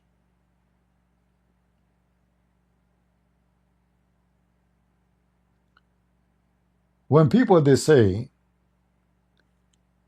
like in America we say, all man created equally. Yes, God created us equally, but we are not equal. So God created us equally as a human, male and female, but we are not equal. A rapist is not the same as someone never raped. A pedophile is not someone who put pedophile in jail for their crime. A doctor is not the same as a killer. It's not the same.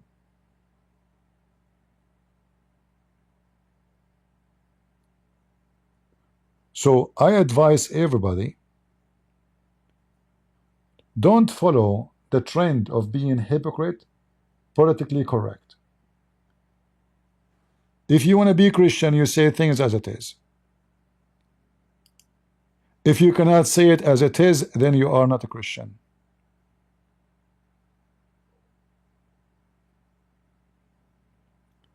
All what CP does, he is mocking and bullying. We talk about bully. Do you want me to show you the verse in the Quran where Allah he bullied the uncle of Muhammad? Look who is talking about bullying. Hey Didi, are you Didi the one who is in jail now for human trafficking? Get out of here. You are like a chihuahua holding my pant. You keep going between my legs. Get out of here, chihuahua. Christian Prince is bullying. Bullying who? Who? Idiot.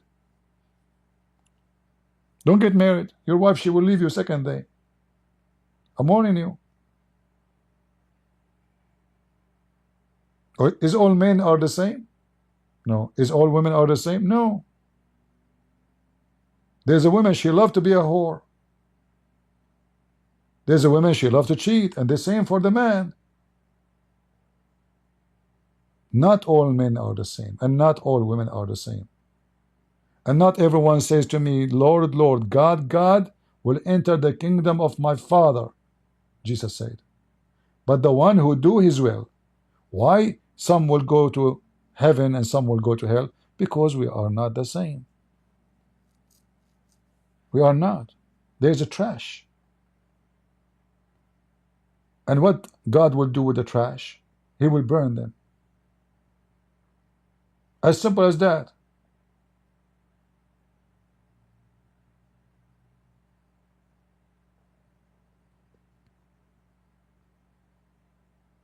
You don't have to agree with me.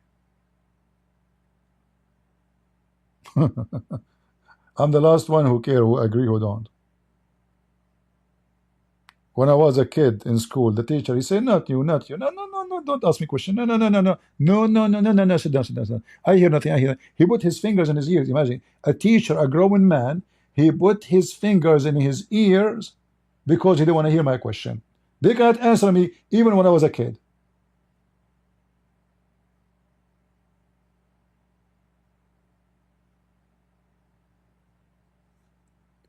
Didn't you have enough of hypocrisy in this earth?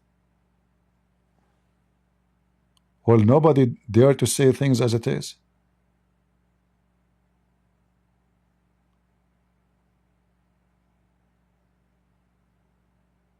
Aren't you sick of it? Priest, he don't dare to say to you that homosexuality is against God. He's not a priest. A priest, he don't dare to say to you that Islam is satanic. He is not a priest. A priest, he is not willing to say to you that fornication is against God. He is a false priest. He is a money collector. In fact, he is a whore.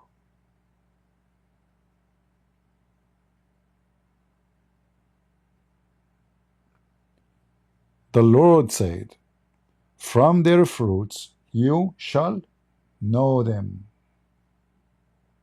Not from uniform, not from wearing big cross, not from calling themselves a Christian prince, from what they do, not even what they say, from their fruits. So I say to you, Lubna, you better read the Bible. Let me call you my sister. Is that okay? I hope that will not hurt you. I'm not against you. Honestly, I find in you that a new hope between Muslims, Muslim ladies. They start thinking, I understand you don't dare to say 13 things because you live between Muslims, you will lose maybe your family, etc. I understand, but that means there's many Muslim women, they start thinking and they are trying to figure out where to stand. I'm with you, and I will support you. You can say, I don't agree with anything Christian Prince, but in my heart, I know what is in your heart. I can feel it. In your heart, you are saying to yourself, what a stupid religion is called Islam. What a filthy prophet, his name is Mohammed, which means the praised one. I mean, the praised one is a child molester.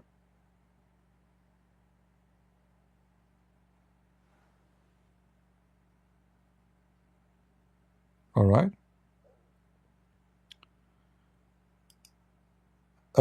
Somebody saying he is He is saying there is similar trash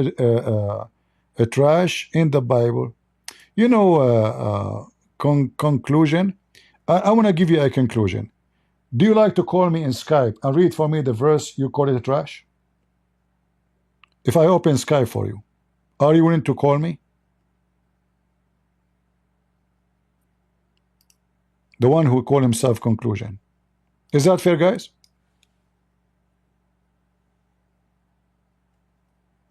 You call me and you read the verse for me. You say to me it is in the Bible and it is a trash. You change your name, you keep coming, you know. I mean, you are very funny. We call you to come to the mic, you don't dare to do it. Do you know why? Because you're trash.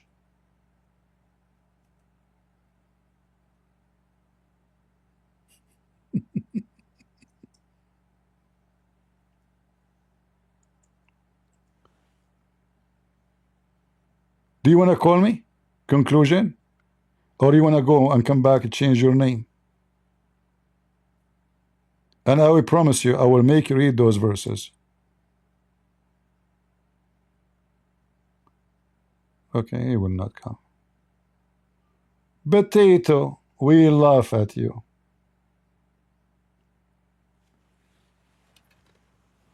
We laugh at you. You know, when somebody, he mentions something, he say in the Bible we can find trash. If we go and read, you will see how you are the trash, not what you see in the Bible. And this is why you don't dare to call me and discuss it. I promise in front of everybody, I will make you read the whole chapter, not only the 2 verses you are asking me for. Do you dare?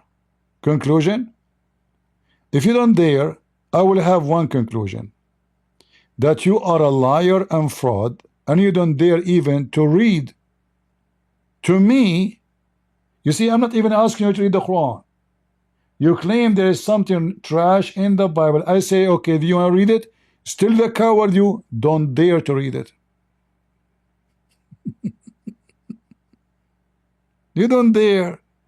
Because you know who is the trash. So I will repeat for the last time. Are you willing to call me in Skype and I will make you read Exodus for everybody so you can expose the Bible? Yes or no? Last call. Say yes, I will open Skype for you. Wallahi, I would have come, but I have seen enough of you. Wallahi. Just to let you know, by the way, when somebody say Wallahi, he is a gay. In the Middle East, nobody say Wallahi unless he is a homo. Go check with the Arab. Only the homo, they use this Wallahi. Go check it out. So you coward, you saw enough of me, but you are still in the text. And I am wiping the floor of your prophet. And when I invite you to defend your prophet and to insult the Bible, you don't dare to do so. So wallahi, you bend over. Wallahi. Do you know the hadith about wallahi? A bunch of Muslims, they came to the Caliphate Uthman, and they said to him, we have an imam who is a gay, and he exposed his butt, and it's round and beautiful. Uthman, he said to them, okay, when somebody do good deed, do the good deed. They said, but why we want to pray behind the gay? In our opinion, and they said to him, he is tempting us. I mean, look, the Muslim Abdul, he is claiming that it's not right for the gay to pray and to be the imam. But in the same time, he claimed, and the group with him, that this gay is tempting them, which means they are a bunch of gays too. Because if you are not a gay, how you can be tempted by a gay? Huh? And look how many gays. In every house in Mecca there is a gay, including the house of Muhammad. Look, all those hadith in front of you. Here, this hadith here, this guy, he asked the brother of Aisha to marry a female guy, which means a boy, a transgender.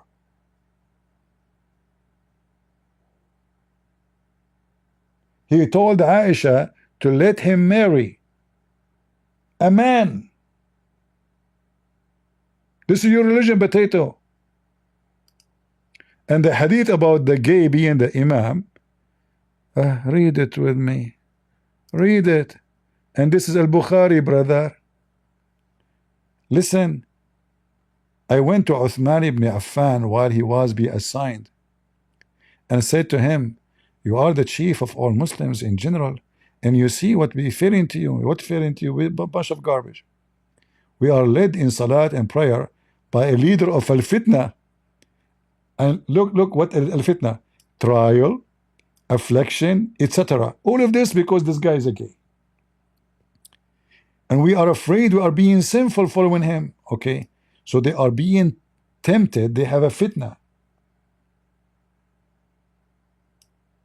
You see the word futina wa fatana, when you see something is amazing for you, something so beautiful, something tempting you. So this guy coming with the group of Muslims to the caliphate, saying this guy is a gay. And when he bent over in front of us, we are in the state of fitna. We are getting horny, brother. The caliphate said to them, oh, so what? Okay, listen carefully. As salat and prayer is the best of the deeds. So when the people do good deed, do the good deed. Do the same. Avoid those bad deeds. As Zohri says, in our opinion, one should not offer salat behind an effeminate person unless there is no alternative. So now we understand it's about a gay, right? They try to hide it in the translation, but doesn't hide for long. And then you ask yourself, if the guy is effeminate, why they are getting tempted? Because they are a bunch of homo themselves. Are you there, Mr. Wallahi? You are the imam they are talking about in the time of Umar. And you don't want to call us because you are afraid that the Muslim will see you when you bend over. Okay. Wallahi. When a Muslim, he want to lie, he say Wallahi. The second you say a Muslim saying Wallahi, that mean he is lying. And here you see the difference between Christianity and Islam. The Bible and Jesus forbid us from taking oath. Either you say yea, yea, or nay, nay. Jesus says anything else above that is from the devil. Muhammad, in fact, let me show you.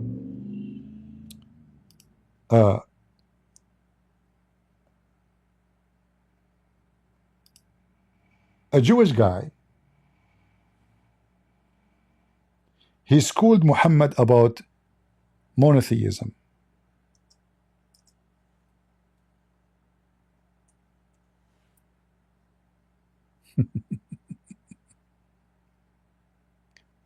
The stupid Muhammad do not know what one God mean, and the proof in front of you. And this is authentic. All of this is authentic. Sahih. Look how many times repeat it. Sahih, Sahih, Sahih. Let us read together.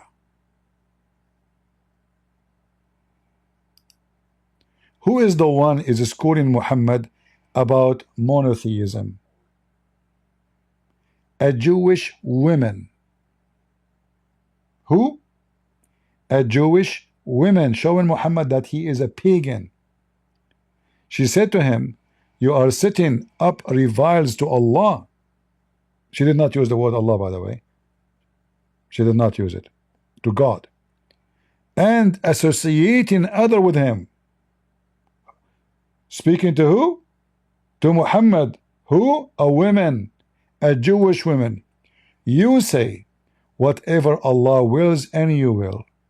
And you say by the Kaaba, this way by the Kaaba. Muhammad, look, he did not argue. He did not dare to argue with the Jewish women. He agreed. So he told his men, from now on, when you swear, say by the Lord of the Kaaba. And when you say whatever Allah will, then what you will. A prophet of God got busted by a Jewish woman. It's in front of you. Did Muhammad say to her, you are wrong? He agreed. And he did correct them. He said, from now on we do this as she said. So who is the prophet? Where was the God of Muhammad to teach him monotheism? Huh? A Jewish woman, she is teaching Muhammad monotheism? And you cannot say, oh no, he did not agree with her. No, he agreed. He told them, don't say that no more. Say as she said. And what she said, you are associating with God. You are mushrikeen.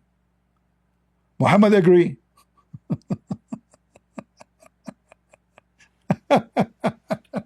This is your prophet, the junkie Abdul. So the Abdul who's in the chat, he said to me, Wallahi, Wallahi, I have enough. I'm sure you have enough. I mean, you might be by now going to have a delivery soon. Your belly became so big from the lies of Muhammad. You know, Muhammad, when he died, what the hadith says? قَدْ رَبَى بَطْنَهُ وَانْثَنَتْ خُنْصَرُهُ. His belly became full of fart. You know, he told them, when I die, we prophet, our body will not decay. So the Muslim said, really? Yes, yes, yes, you are prophet, our body don't decay. So the Muslim, in the hadith it says, they did not bury him for a day and a night. Imagine just at 24 hours, Muhammad's stomach became so big, like a balloon, and full of fart.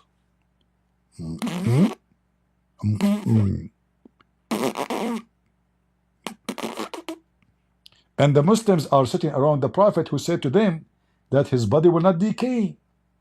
And then his skin became a greener. And Ibn Abbas, he said, ادفنوا صاحبكم فإنه يأسن كما يأسن البشر. Bury him. Bury your friend Muhammad. He stink like all human beings, they stink.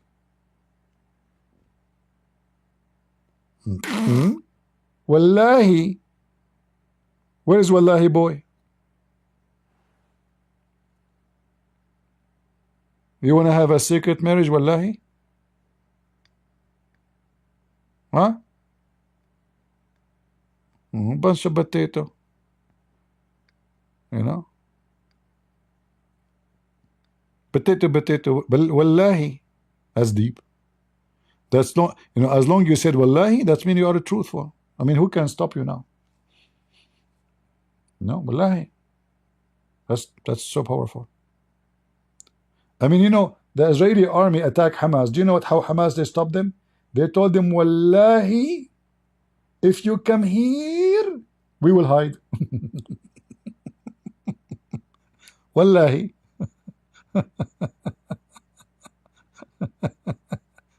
All right. Okay. Wallahi. Oh. All right, let's finish the video with Lubna. And, you know, be nice to her, by the way. Make nice comment for her. I think she's a nice lady, and I feel sorry. You know, you grow up in such a society, and you don't like what you have. What you can do? I mean, Lord have mercy.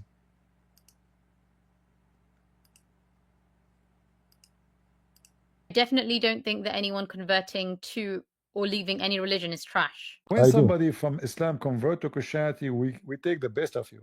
So in either way, Islam is stay trashy. Because, let me explain this part. When somebody convert to Christianity and he knew that if you follow Jesus, you cannot fornicate, you cannot lie, you cannot kill, you cannot steal. That is the best of you. When you convert to Islam, you believe in the opposite. You can lie to your wife, you can lie to your husband, you can steal from non-Muslims, You can kill non-Muslims. You can even a credit card from the bank is halal to steal it. Why? Because this bank is owned by non-Muslim. Go check it out. Is it halal to steal electricity in a European country? Yes, because the company is not owned by Muslims. There's a guy, his name is Shamsi in UK. He made a video, you can find it. He was saying that he found a friend of his, a brother, a Muslim brother, was robbed by one from Morocco, the one who robbed him from Morocco. So he went to him, he said to him, brother, we cannot rob Muslims. It's not right to rob Muslims. It's not right to rob Muslims.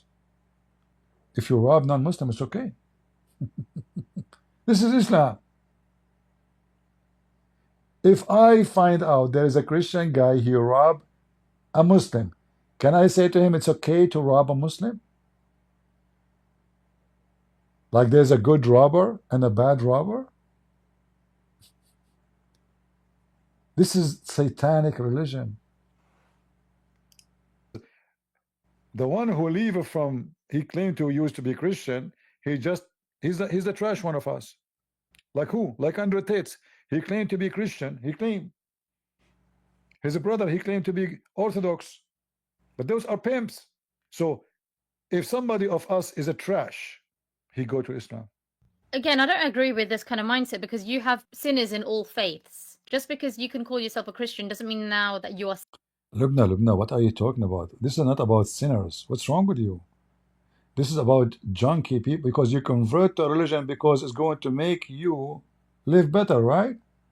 What does this have to do with sinners? What's wrong with you? If I like to fornicate, which religion I should join? Christianity or Islam? Muslim, they lie about us. They say in Christianity, if you believe in Jesus, you are saved and you can fornicate. I can show you that all of this is a big fat lie from the mouth of Jesus himself. It is in Islam. Allah in the Quran made it clear, aka Muhammad, that anything besides shirk is not considered a reason not to go to heaven in Islam.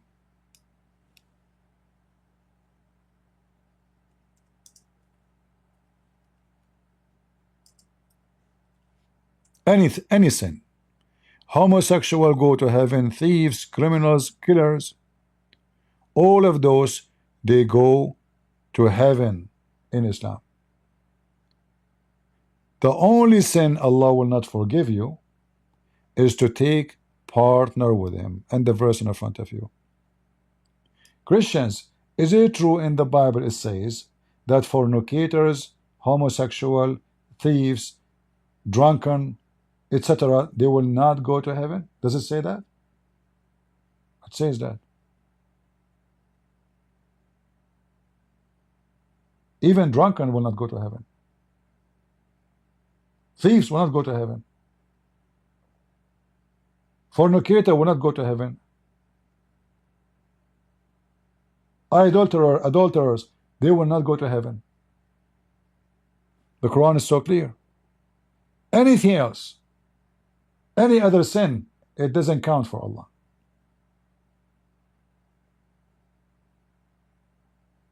The only sin will not take you to heaven in Islam is believing in someone beside Allah.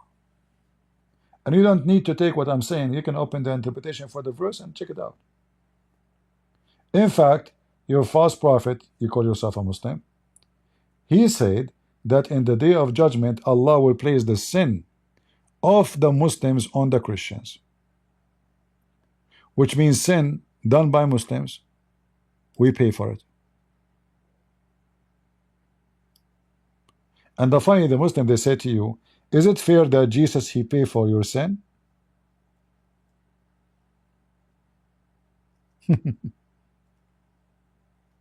No, it's not fair. Who said this is about fair? And when Jesus died for my sin, doesn't mean I can't do sin. Jesus died for my sin, which means because of my sin, he came to save me.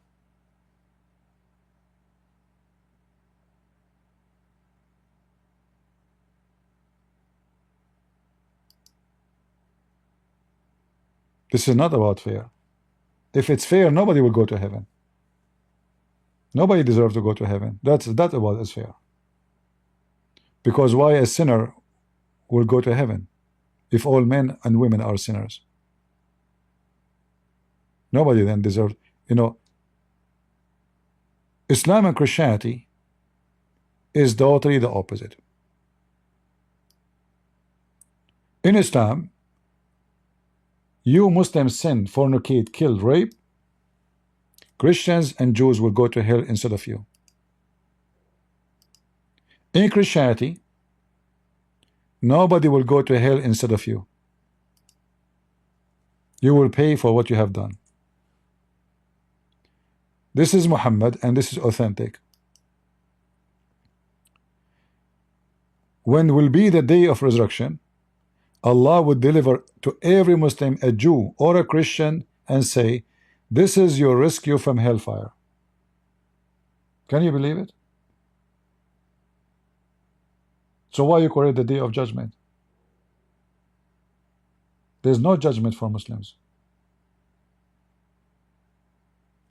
The Muslim, he deserves to go to hellfire. Allah will say to him, this is a Christian or a Jew. He will be the one who go to hell. You go to heaven. He will go instead of you.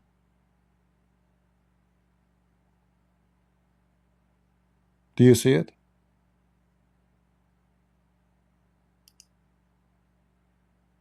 Is that the case in Christianity? No. In fact, Muhammad even he said, when a Muslim man he die, any Muslim he die, there's Allah will take someone, he is a Jew or a Christian, to hell right away. Which means as we speak, a Muslim man he die in Pakistan, Allah will send a Christian man to hell right away. This is how filthy scumbag Muhammad is.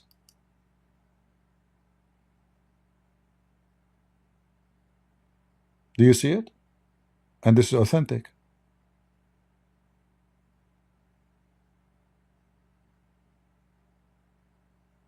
This is satanic religion.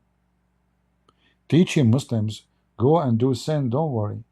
Christians, Jews will go to hell instead of you. If I hear now that in the day of judgment, though no matter how much sin I do, Christian and a Jew will go to hell instead of me, why I will not do it then? Do you see why Shaitan is evil, and that is Muhammad? He is the devil. So he's encouraging them to do sin, not to behave. It turned to be there's no day of judgment for Muslims. The day of judgment is only for us, Christians and Jews. Muslim, they fornicate, we go to hell. Muslim, they kill, we go to hell. Muslim, he rape, we go to hell. Where the Muslim go after all of those things he done? He go to heaven. Are we making things up, guys, or we are showing reference? Are we making things up? We are not, right? Everything we say, we prove it. Have you ever heard me saying something I did not show reference for it?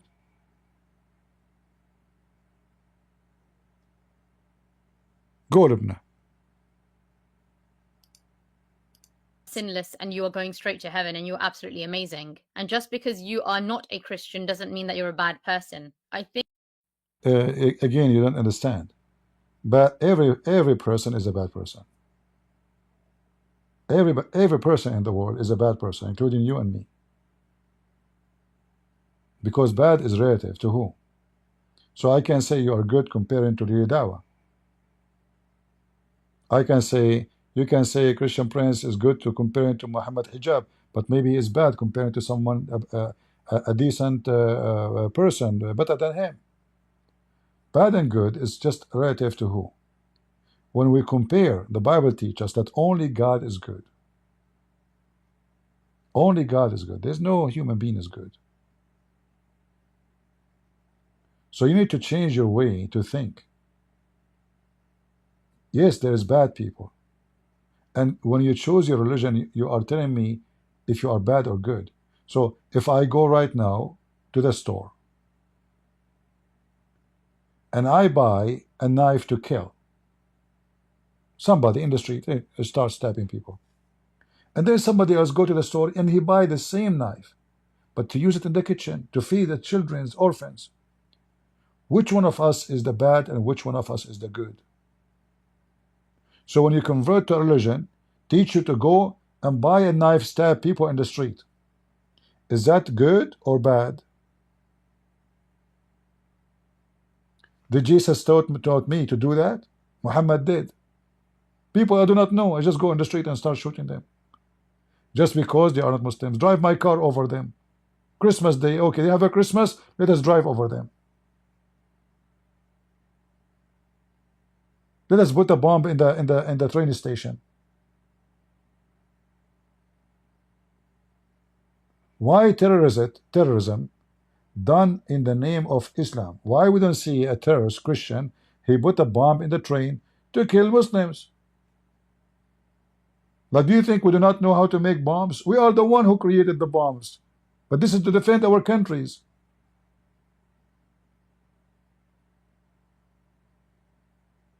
A true Christian will not go and attack Muslims in the street just because they are Muslims. He will not kidnap a Muslim woman or rape her, as we see they are doing in Pakistan and Afghanistan to Christians. How many Nigerian Christians just killed in the last week? They enter the church, they start shooting everybody. When the last time a Christian he took his gun and started shooting every Muslim? Don't tell me the one in Australia, he's not a Christian. And after 1 billion times the Muslims attacking people, killing them, there's a guy, he is not even a Christian. He went to the mosque and he shoot Muslims. Muslims, they even enter the mosque and shoot Muslims. When the last time a Christian he took his gun and he decided to kill the Muslims?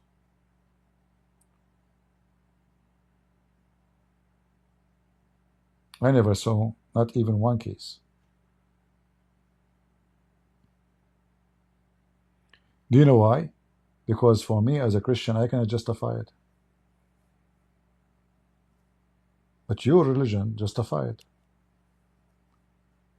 You said yourself, you receive many threats because you say things Muslims don't like. Why they are threatening you? Because Islam justified. This is not them. If Muhammad says the one who don't want to leave Islam, let him leave Islam. Don't hurt him. They will not do it. They are doing what Muhammad said to them. Think that Christian Prince is portraying a very black and white view of the world and life, but in reality You are again wrong. There's no gray. When it's come to God, there's no gray. Either black or white. You can't be between. You can't be 1 foot with the devil and 1 foot with God. You can't be. So you are speaking in a very immature way. This is immature speech. the world is great and there are a spectrum of people. No. So this was a very long live, and I think at some point he did say that I'm someone who doesn't have the courage to come out and criticize Islam. I found that slightly hypocritical given that Christian Prince himself doesn't show his face and he also doesn't go by his real name. Whereas I would say I am someone who does have a lot of courage because I show my face and I also am as my real name. All right. Here you see when you speak about courage, first of all, you did not say anything to insult Muhammad. So where is the courage of what you are doing? What courage? You call the Dawah clowns? That's it? You don't dare to say one true thing about your religion. Secondly, who said to you, I don't show my face? I go and make a speech in front of thousands of people. Hundreds of churches. But I am not a person who seeks fame and celebrity. And in case you do not know, The Bible forbid us from receiving reward. Let me show you. You are ignorant because you're a Muslim, and every Muslim is ignorant until he proved the opposite. Let me open the Bible.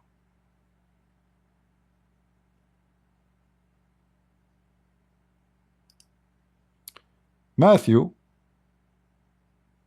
6:1 to 34. Read carefully with me, lady.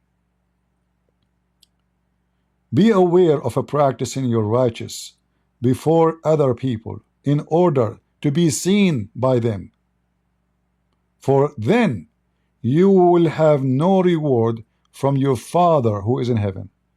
So if you think I am not showing my face in camera because I'm scared of the Abdul, I am a person who served in the army. I went to war. I was in the police. I carry guns as my biscuit. I'm the last one to fear the Abduls. Secondly, when you say he don't share his name, I make books. Do you dare to make books about Muhammad? And you can find my name in 2 seconds. It's in Amazon. But I don't seek fame. Do you think somebody he make many books about Muhammad and call him donkey? I did hundreds of seminars. I went to a city in Philippines. It's called Marawi, where you remember, guys, when ISIS they controlled it. Anyone remember? The first second I arrived to the airport, I saw the flag of ISIS in the Philippines. Few months after, ISIS controlled the city, and then the Filipino army took them, I think, 2 months to take it back. They told me, don't go there. There's a lot of Muslim terrorists, literally ISIS. I said, I will go. They said, we cannot guarantee your safety. I said, I will go. And I did it. And instead of speaking for 2 hours, look what those Christians are worried about me. They said, okay, we will do this. You speak, and we will take you to the airport right away.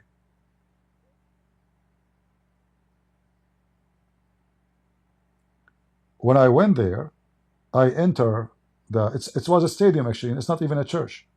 It was a basketball stadium. I supposed to do 2 hours. Then people, they will not let me go.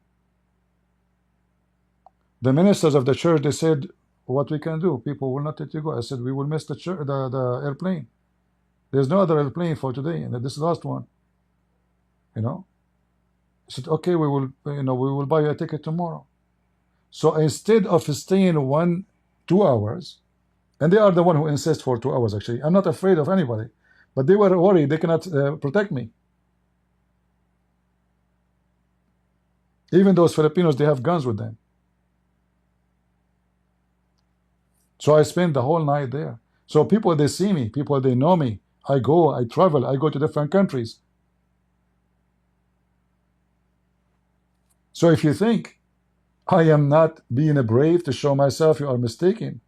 I'm not seeking to be a celebrity. I don't want to go in the street and people want to take a picture with me. People who hate me or who don't hate me, I don't care. I have millions of people love to see me. But this is my Bible. When you practice righteousness, and saving Muslims is righteousness. Spending my time to bring people to Jesus is the best job any Christian can do. But nobody knows me. So I receive no reward from people. Be aware of practicing righteousness before other people in order to be seen by them.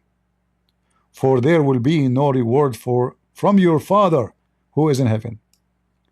Thus, when you give to the needy, sound no trumpet before you. Oh, I made a donation. Oh, I helped this guy. This is what you Muslims do. And there's some fake Christians, they do that too. As the hypocrite, they do in the synagogue and in the street, that they may be praised by others. If those Christians want to praise me, they don't even know who I am. If I die, nobody will be in my funeral to say this is a Christian prince. None of them will be in my funeral.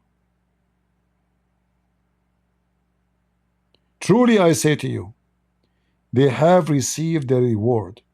But when you give to the needy, do not let your left hand know what your right hand is doing, so that your giving may be in secret. And your Father who is seen, he sees in secret, will reward you.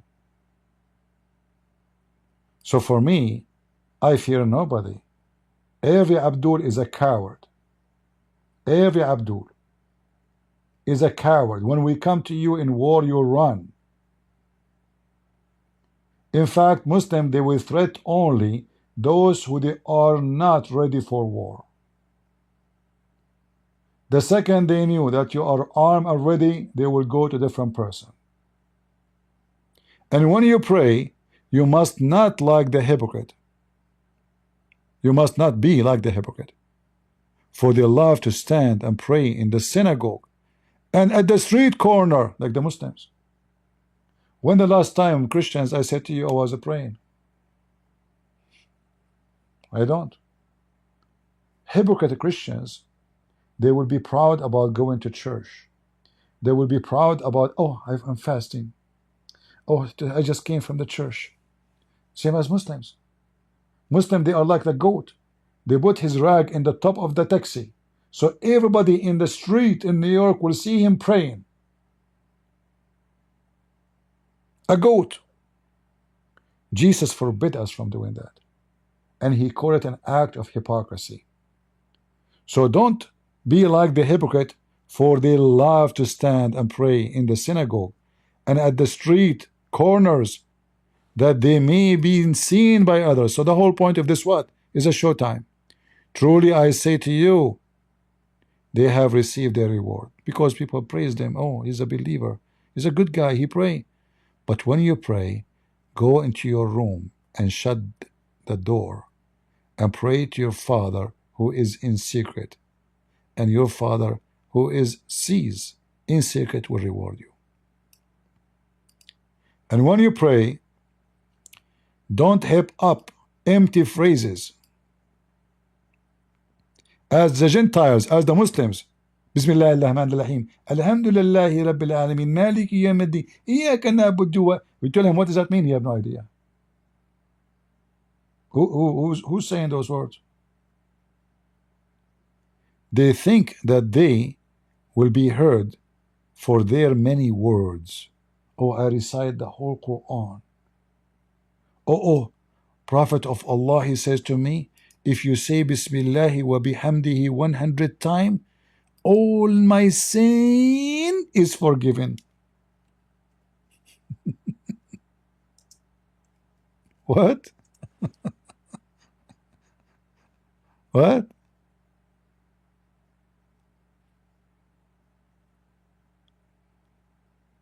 This is religion? Look at this.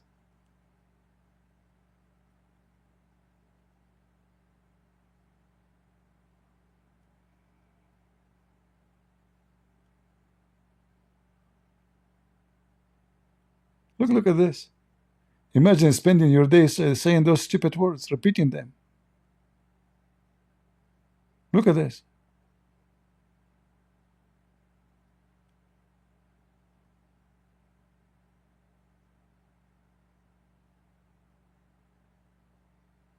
Let me show you the other one. It's even more funny.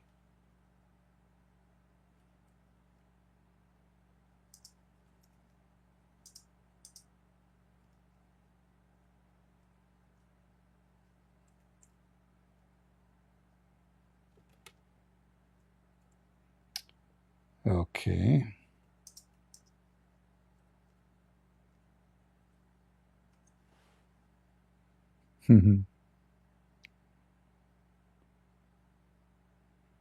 You have to repeat those words. Allah will forgive all your sin.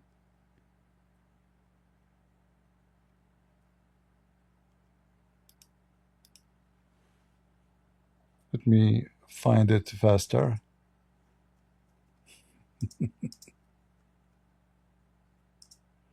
This website is not good. All right. Read and love.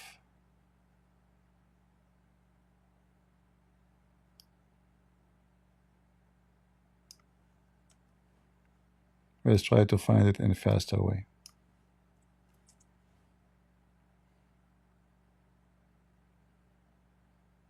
Whoever, and this is authentic, don't tell me it's weak, as you see. Whoever says every morning, brother, you wake up in the morning, you have to say it in Arabic. In Arabic, be careful. Don't say it in English. It doesn't work. The activation code Alibaba work on Arabic. So you have to recite 100 times in Arabic. You say in Arabic, Bismillahi wa bihamdihi 100 times. The Prophet said, whoever recite this 100 times in the morning and in the evening will not be suppressed in the day of resurrection. What do you want more? 100 times in the morning, 100 times at night. All your sin is gone. Look what Jesus says to us. Totally the opposite.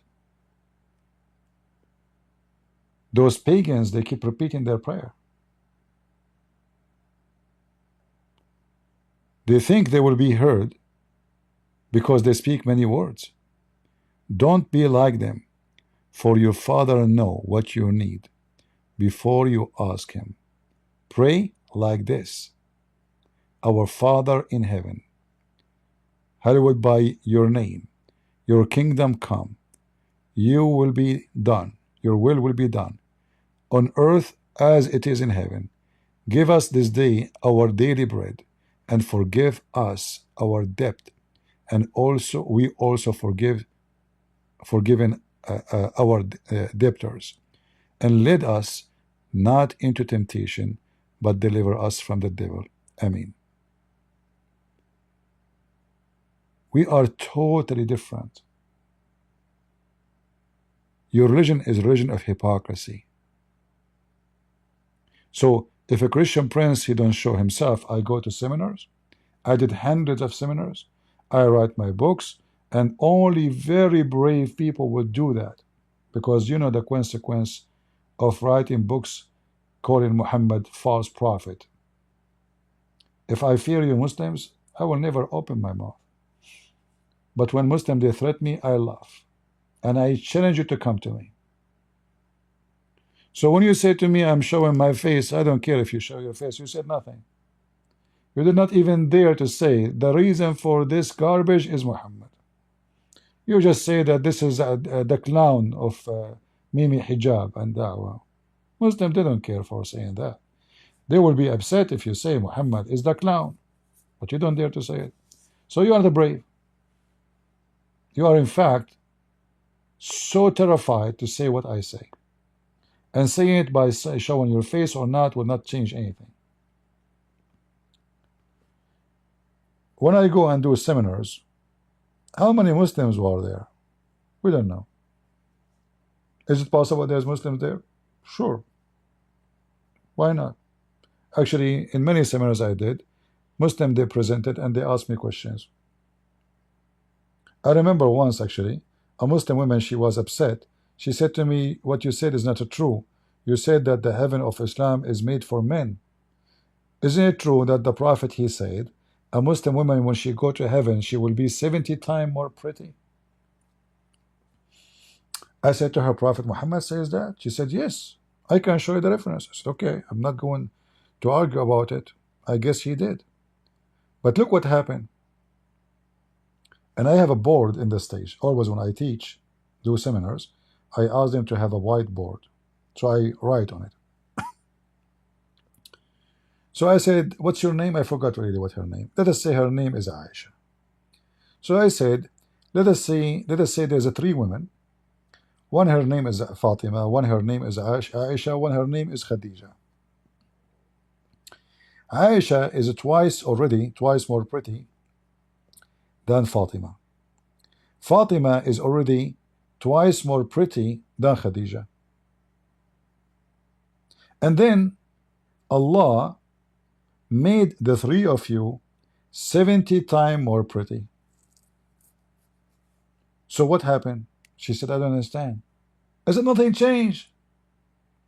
So you were, let us say you are Khadija. You are the last one in the beauty. Aisha is already 3 times more pretty than you. 70 x 3 is 210. Fatima is twice more pretty than Aisha. Sorry, more than Khadija. That means 70 x 2. She is now 140 times more pretty than Khadija. Khadija now is 70 times more pretty. So you were ugly in earth, you are ugly in heaven. People die in the church laughing. Supposedly now she became. Why you claim that Allah will not give women anything? I will be 70 times more pretty. Like nothing changed. Because all the women who are going to heaven now will be 70 times more pretty. So if a woman she was on earth, she is more pretty than you. She's still more pretty than you. Nothing changed in fact. Same time, are you pretty because Allah was trying to make you pretty, or you became a sex toy? Huh? What do you mean now you are pretty?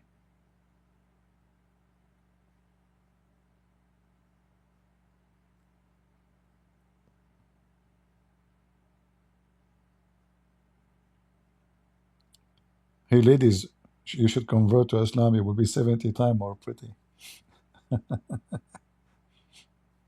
Hey Allah, are you going to make Christian Prince 70 times more handsome? With a breath. First of all, it doesn't matter how many times Allah make you handsome, you will not be handsome like me. Zakir, what are you talking about? Are you serious? So even if He make me 70 times more handsome, I will not look good like you? Exactly. Do you have any proof? With a breath. First of all, look at my shoulders. What do you mean shoulders? Ah, you mean shoulders. In fact, they look like shoulders. They don't like shoulders. Where is your shoulder, Zakir? I mean, when you wear the jacket, I see a jacket. I don't see your shoulders. Do you even have bones? Get a breath. Respect yourself. I am not fasting because I'm a believer. What do you mean fasting? You Muslim, you eat like a mule, especially in Ramadan. But still, where is the food go? Where is the money of the donation going, Zakir Naik? Get a breath. Respect yourself. First of all, I swear by Allah, I did not eat lobster since last week. Since last week, you did not eat lobster? What you ate yesterday? Get a breath. We are very conservative Muslims and we don't like to spend money. I went to the 5-star hotel and the Prince of Saudi Arabia, he paid for the hotel. Oh, okay.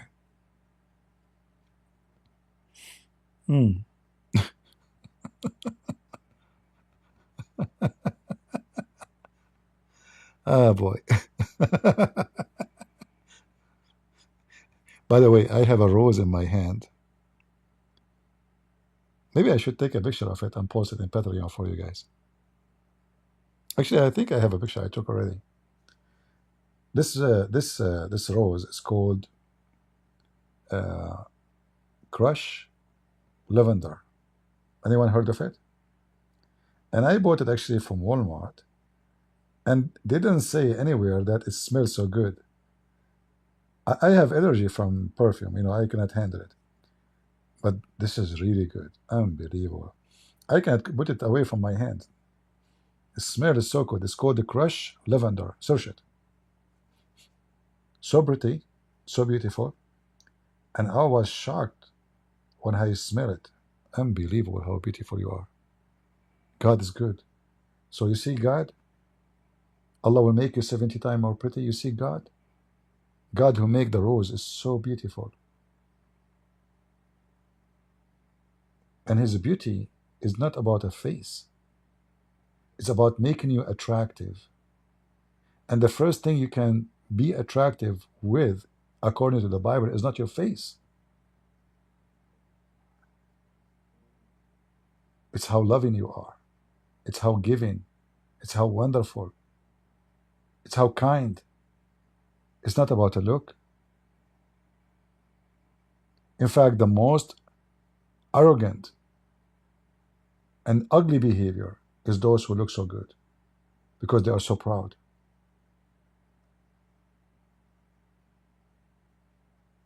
Wherever they go, people praise them. Even some cultures, they believe if you have a good looking face, you are a good person, which is absolutely false. So the Lord who created this flower, let me search it online so I can put it for you on the screen. Crush. Now I know why they call it crush. It's going to crush you. Crush. God, the beauty will crush you. Lavender. Rose.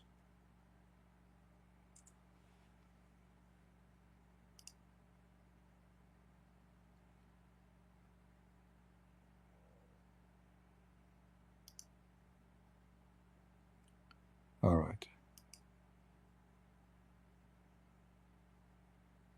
Very, very pretty.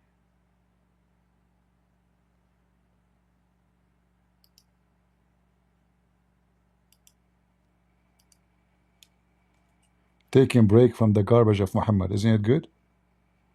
You know? Talk about something useful. Look how beautiful it is. Very pretty.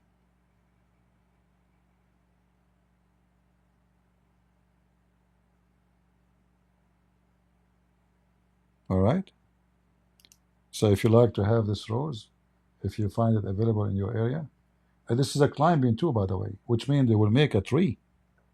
This will be a tree, by the way. It's going to be like a climbing rose. Hold on, hold on. Maybe I can find a video. Hold on. The correct name is Lavender Crush. Lavender Crush. Climbing rose.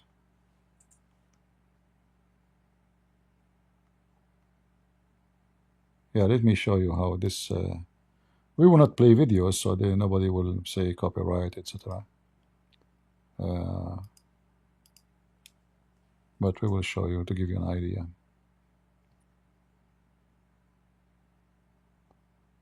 Let us see. Here we go. You see here? Those are climbing rows, so it's going to climb really high.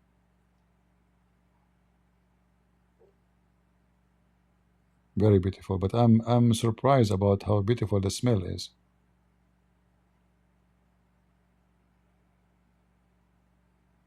And you know, like they come like a cluster like this. You know, very, very pretty. Yeah.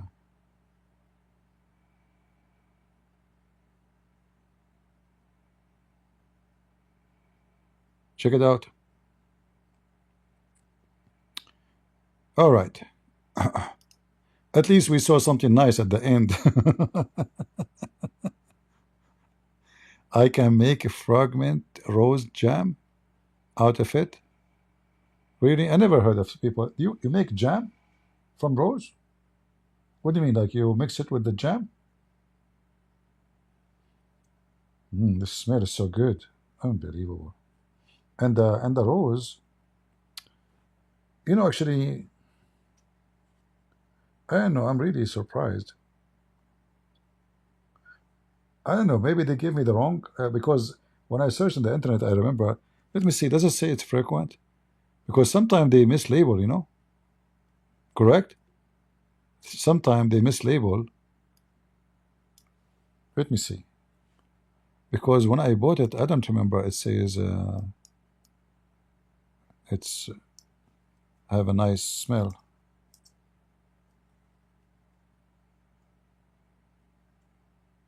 But it looked the same actually. Yeah. In fact, it looked a little bit different. But maybe this is because it's too young. I'm not sure. I will find out. Let's see.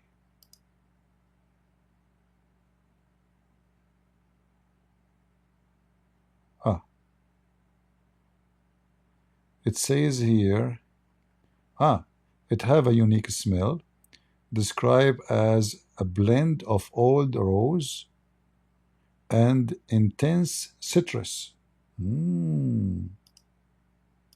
I see. So yeah, it have nice smell.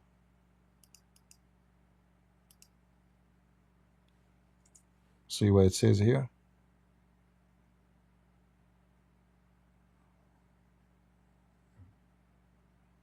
No wonder.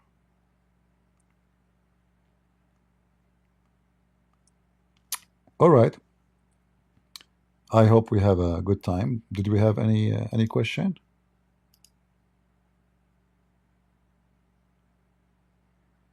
Jam is jelly?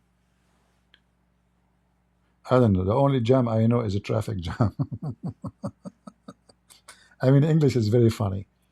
So you go to the store, I don't know, like, I was trying my best to learn about food names, because in the Middle East we don't use the same words. So what is the name of this thing? Jam. And then it said to me, there's a traffic jam. I said, oh, maybe there's a big truck full of jam and the truck have an accident and all the cars are stuck because of the sweet jam. What do you mean there's traffic jam? Traffic jam? All right.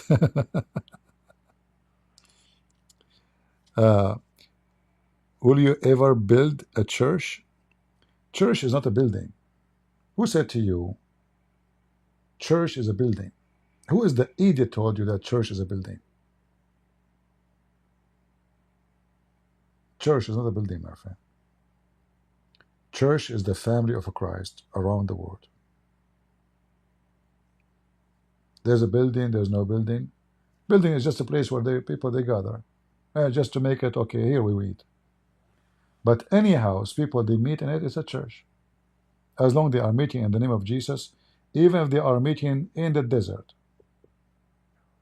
The church is the people, not rocks. All right? The church is built on the people, not on the rocks. So Peter, what Jesus says to Peter, right? Peter is not a, Peter, his name is a rock. Rock, Peter means rock. So you are the church. All right. So I want to say, I need advice. I work with Muslims and really need a job, but I cannot stand it. Well, if you need a job, my friend, what you can do? Work with the Muslims for now until you find something better. Supporting your family is very important. Like what you will do? You will steal?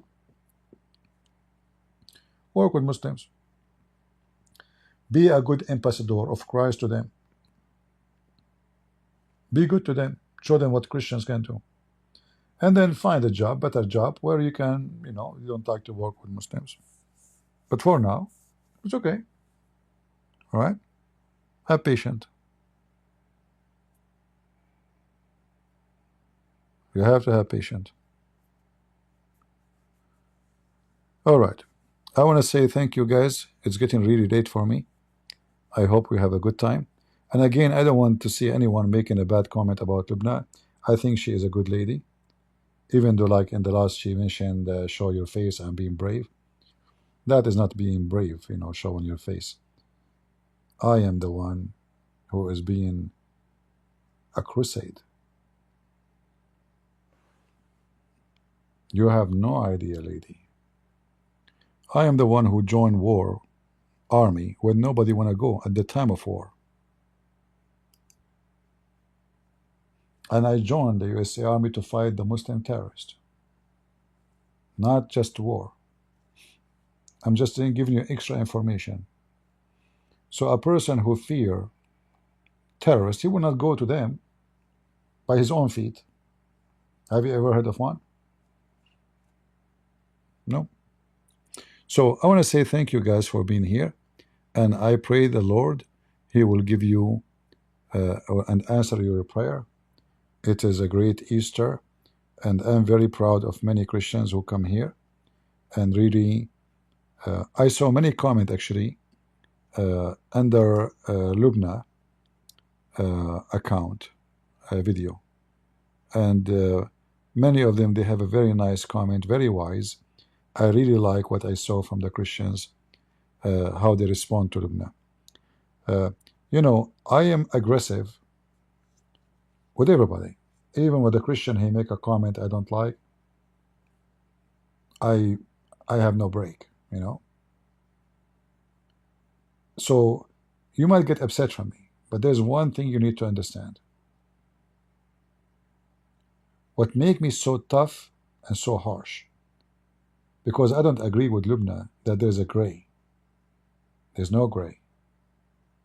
What the Lord, he says, either you are hot or cold. Otherwise, I can't swallow you, right?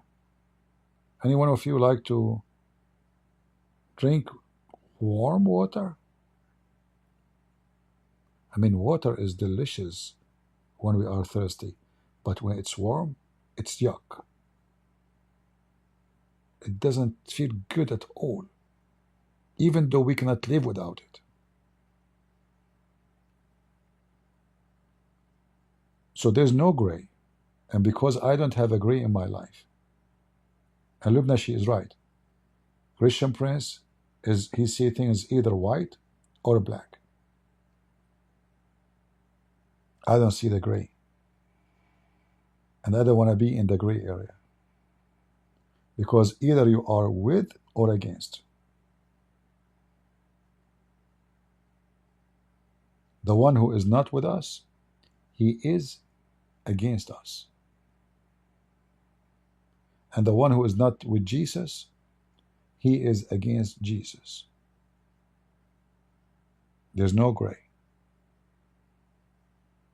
Any person he claimed to be Christian and he said to you there's a gray area, he is a false Christian. That is not true. You cannot be a thief and Christian. You cannot be a whore and Christian. You cannot be a drug dealer and Christian.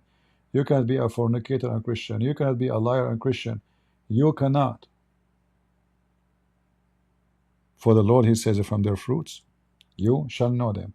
How the Lord will know who is the Christian, who is not?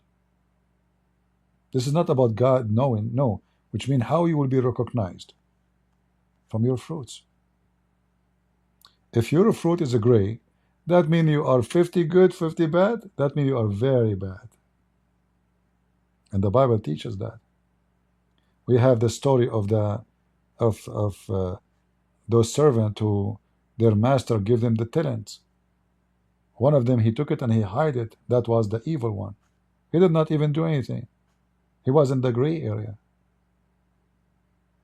He said, I'm not going to do bad, I'm not going to do good. Even this one is doomed because he was in the gray area. You don't want to take a side. So either you are with the Messiah or you are against the Messiah.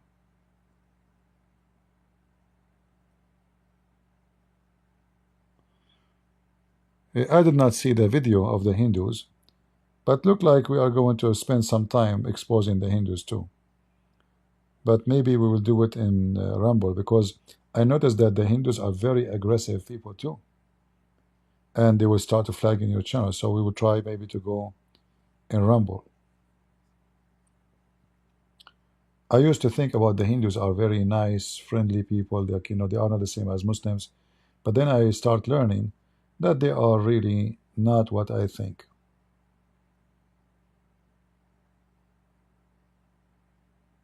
All right?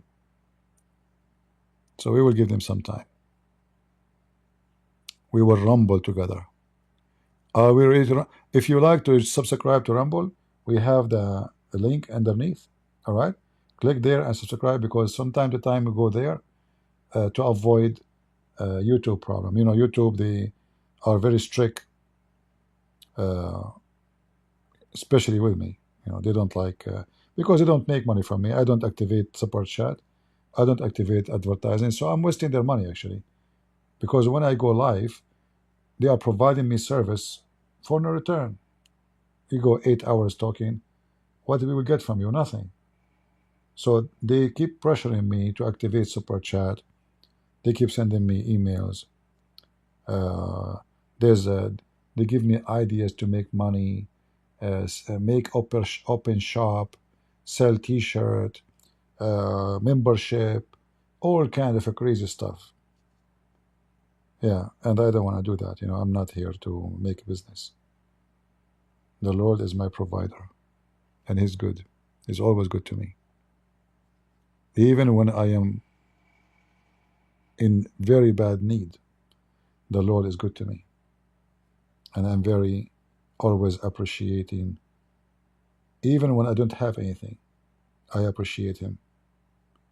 Because there's very important thing. If I have everything. As long as I have my faith and I have my health, and the most important, the health of the brain, the Lord, He gave me a lot. I can see, I appreciate it. There's many are blind. I can walk. I'm so thankful. There's many they cannot walk. I don't have pain in my body. I'm very grateful. Many, they are suffering every day from pain in their body. I'm very grateful. So even if there is no money, like I went through a very harsh time in my life, because of what I do, still I'm very grateful. And I believe that when you are grateful, you are happy. When you are not grateful, nothing can make you happy. It doesn't matter how much money you have. It doesn't matter how big your house. It doesn't matter how much people praise you. If you don't appreciate, you got nothing. Because always you are greedy. You are not satisfied. A person who have appreciation, he is satisfied. He will be happy. And many of us, we have a disease. And that disease is not to appreciate what we have. We wish to be somebody else because we are jealous. We are greedy. We never have enough.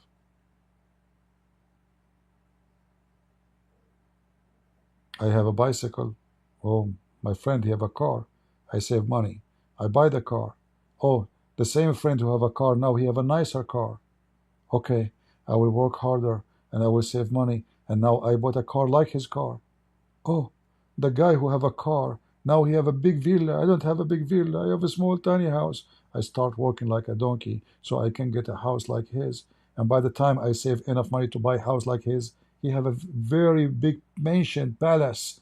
Oh, I want to buy the palace like his palace. I spend my life working like a donkey. And finally I get the palace. And by the time I get the palace, he become Elon Musk.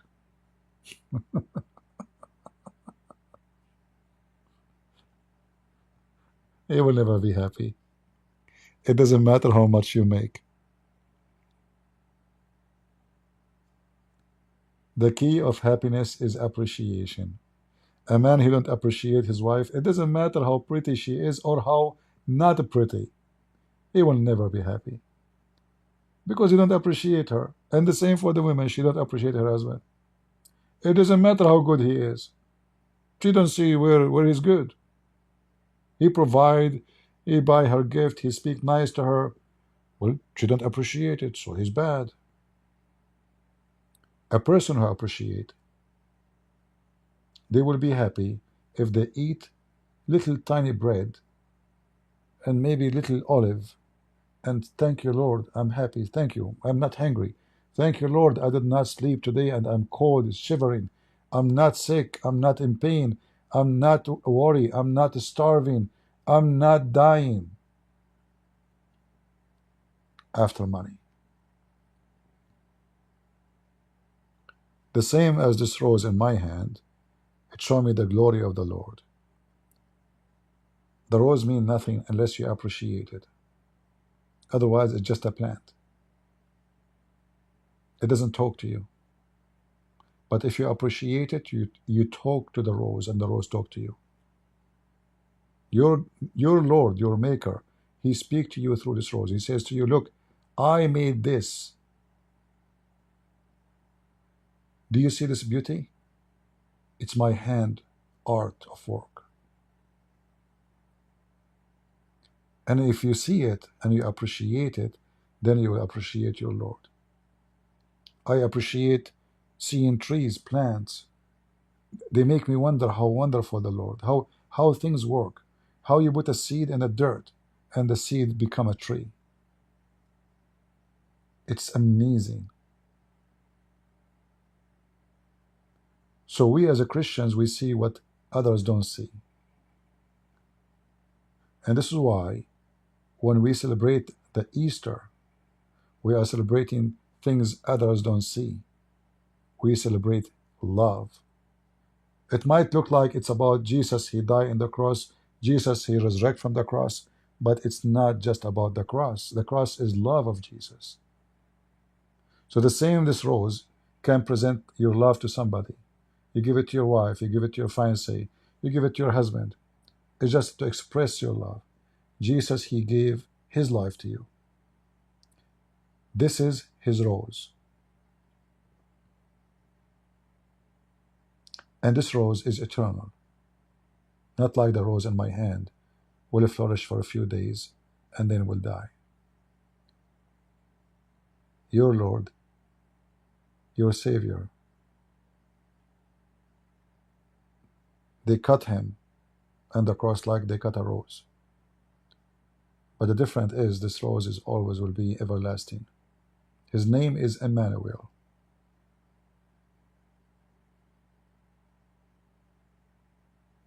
God is with us. So I pray that God will be with us always and will give us patience and love and appreciation and wisdom and truthful, and not to be wicked and not to be hypocrite and not to be gray. Either you are with the Lord or you are against Him. So I want to say thank you. God bless you. And God is good. So is Jesus. And we are the crusade. Happy Easter.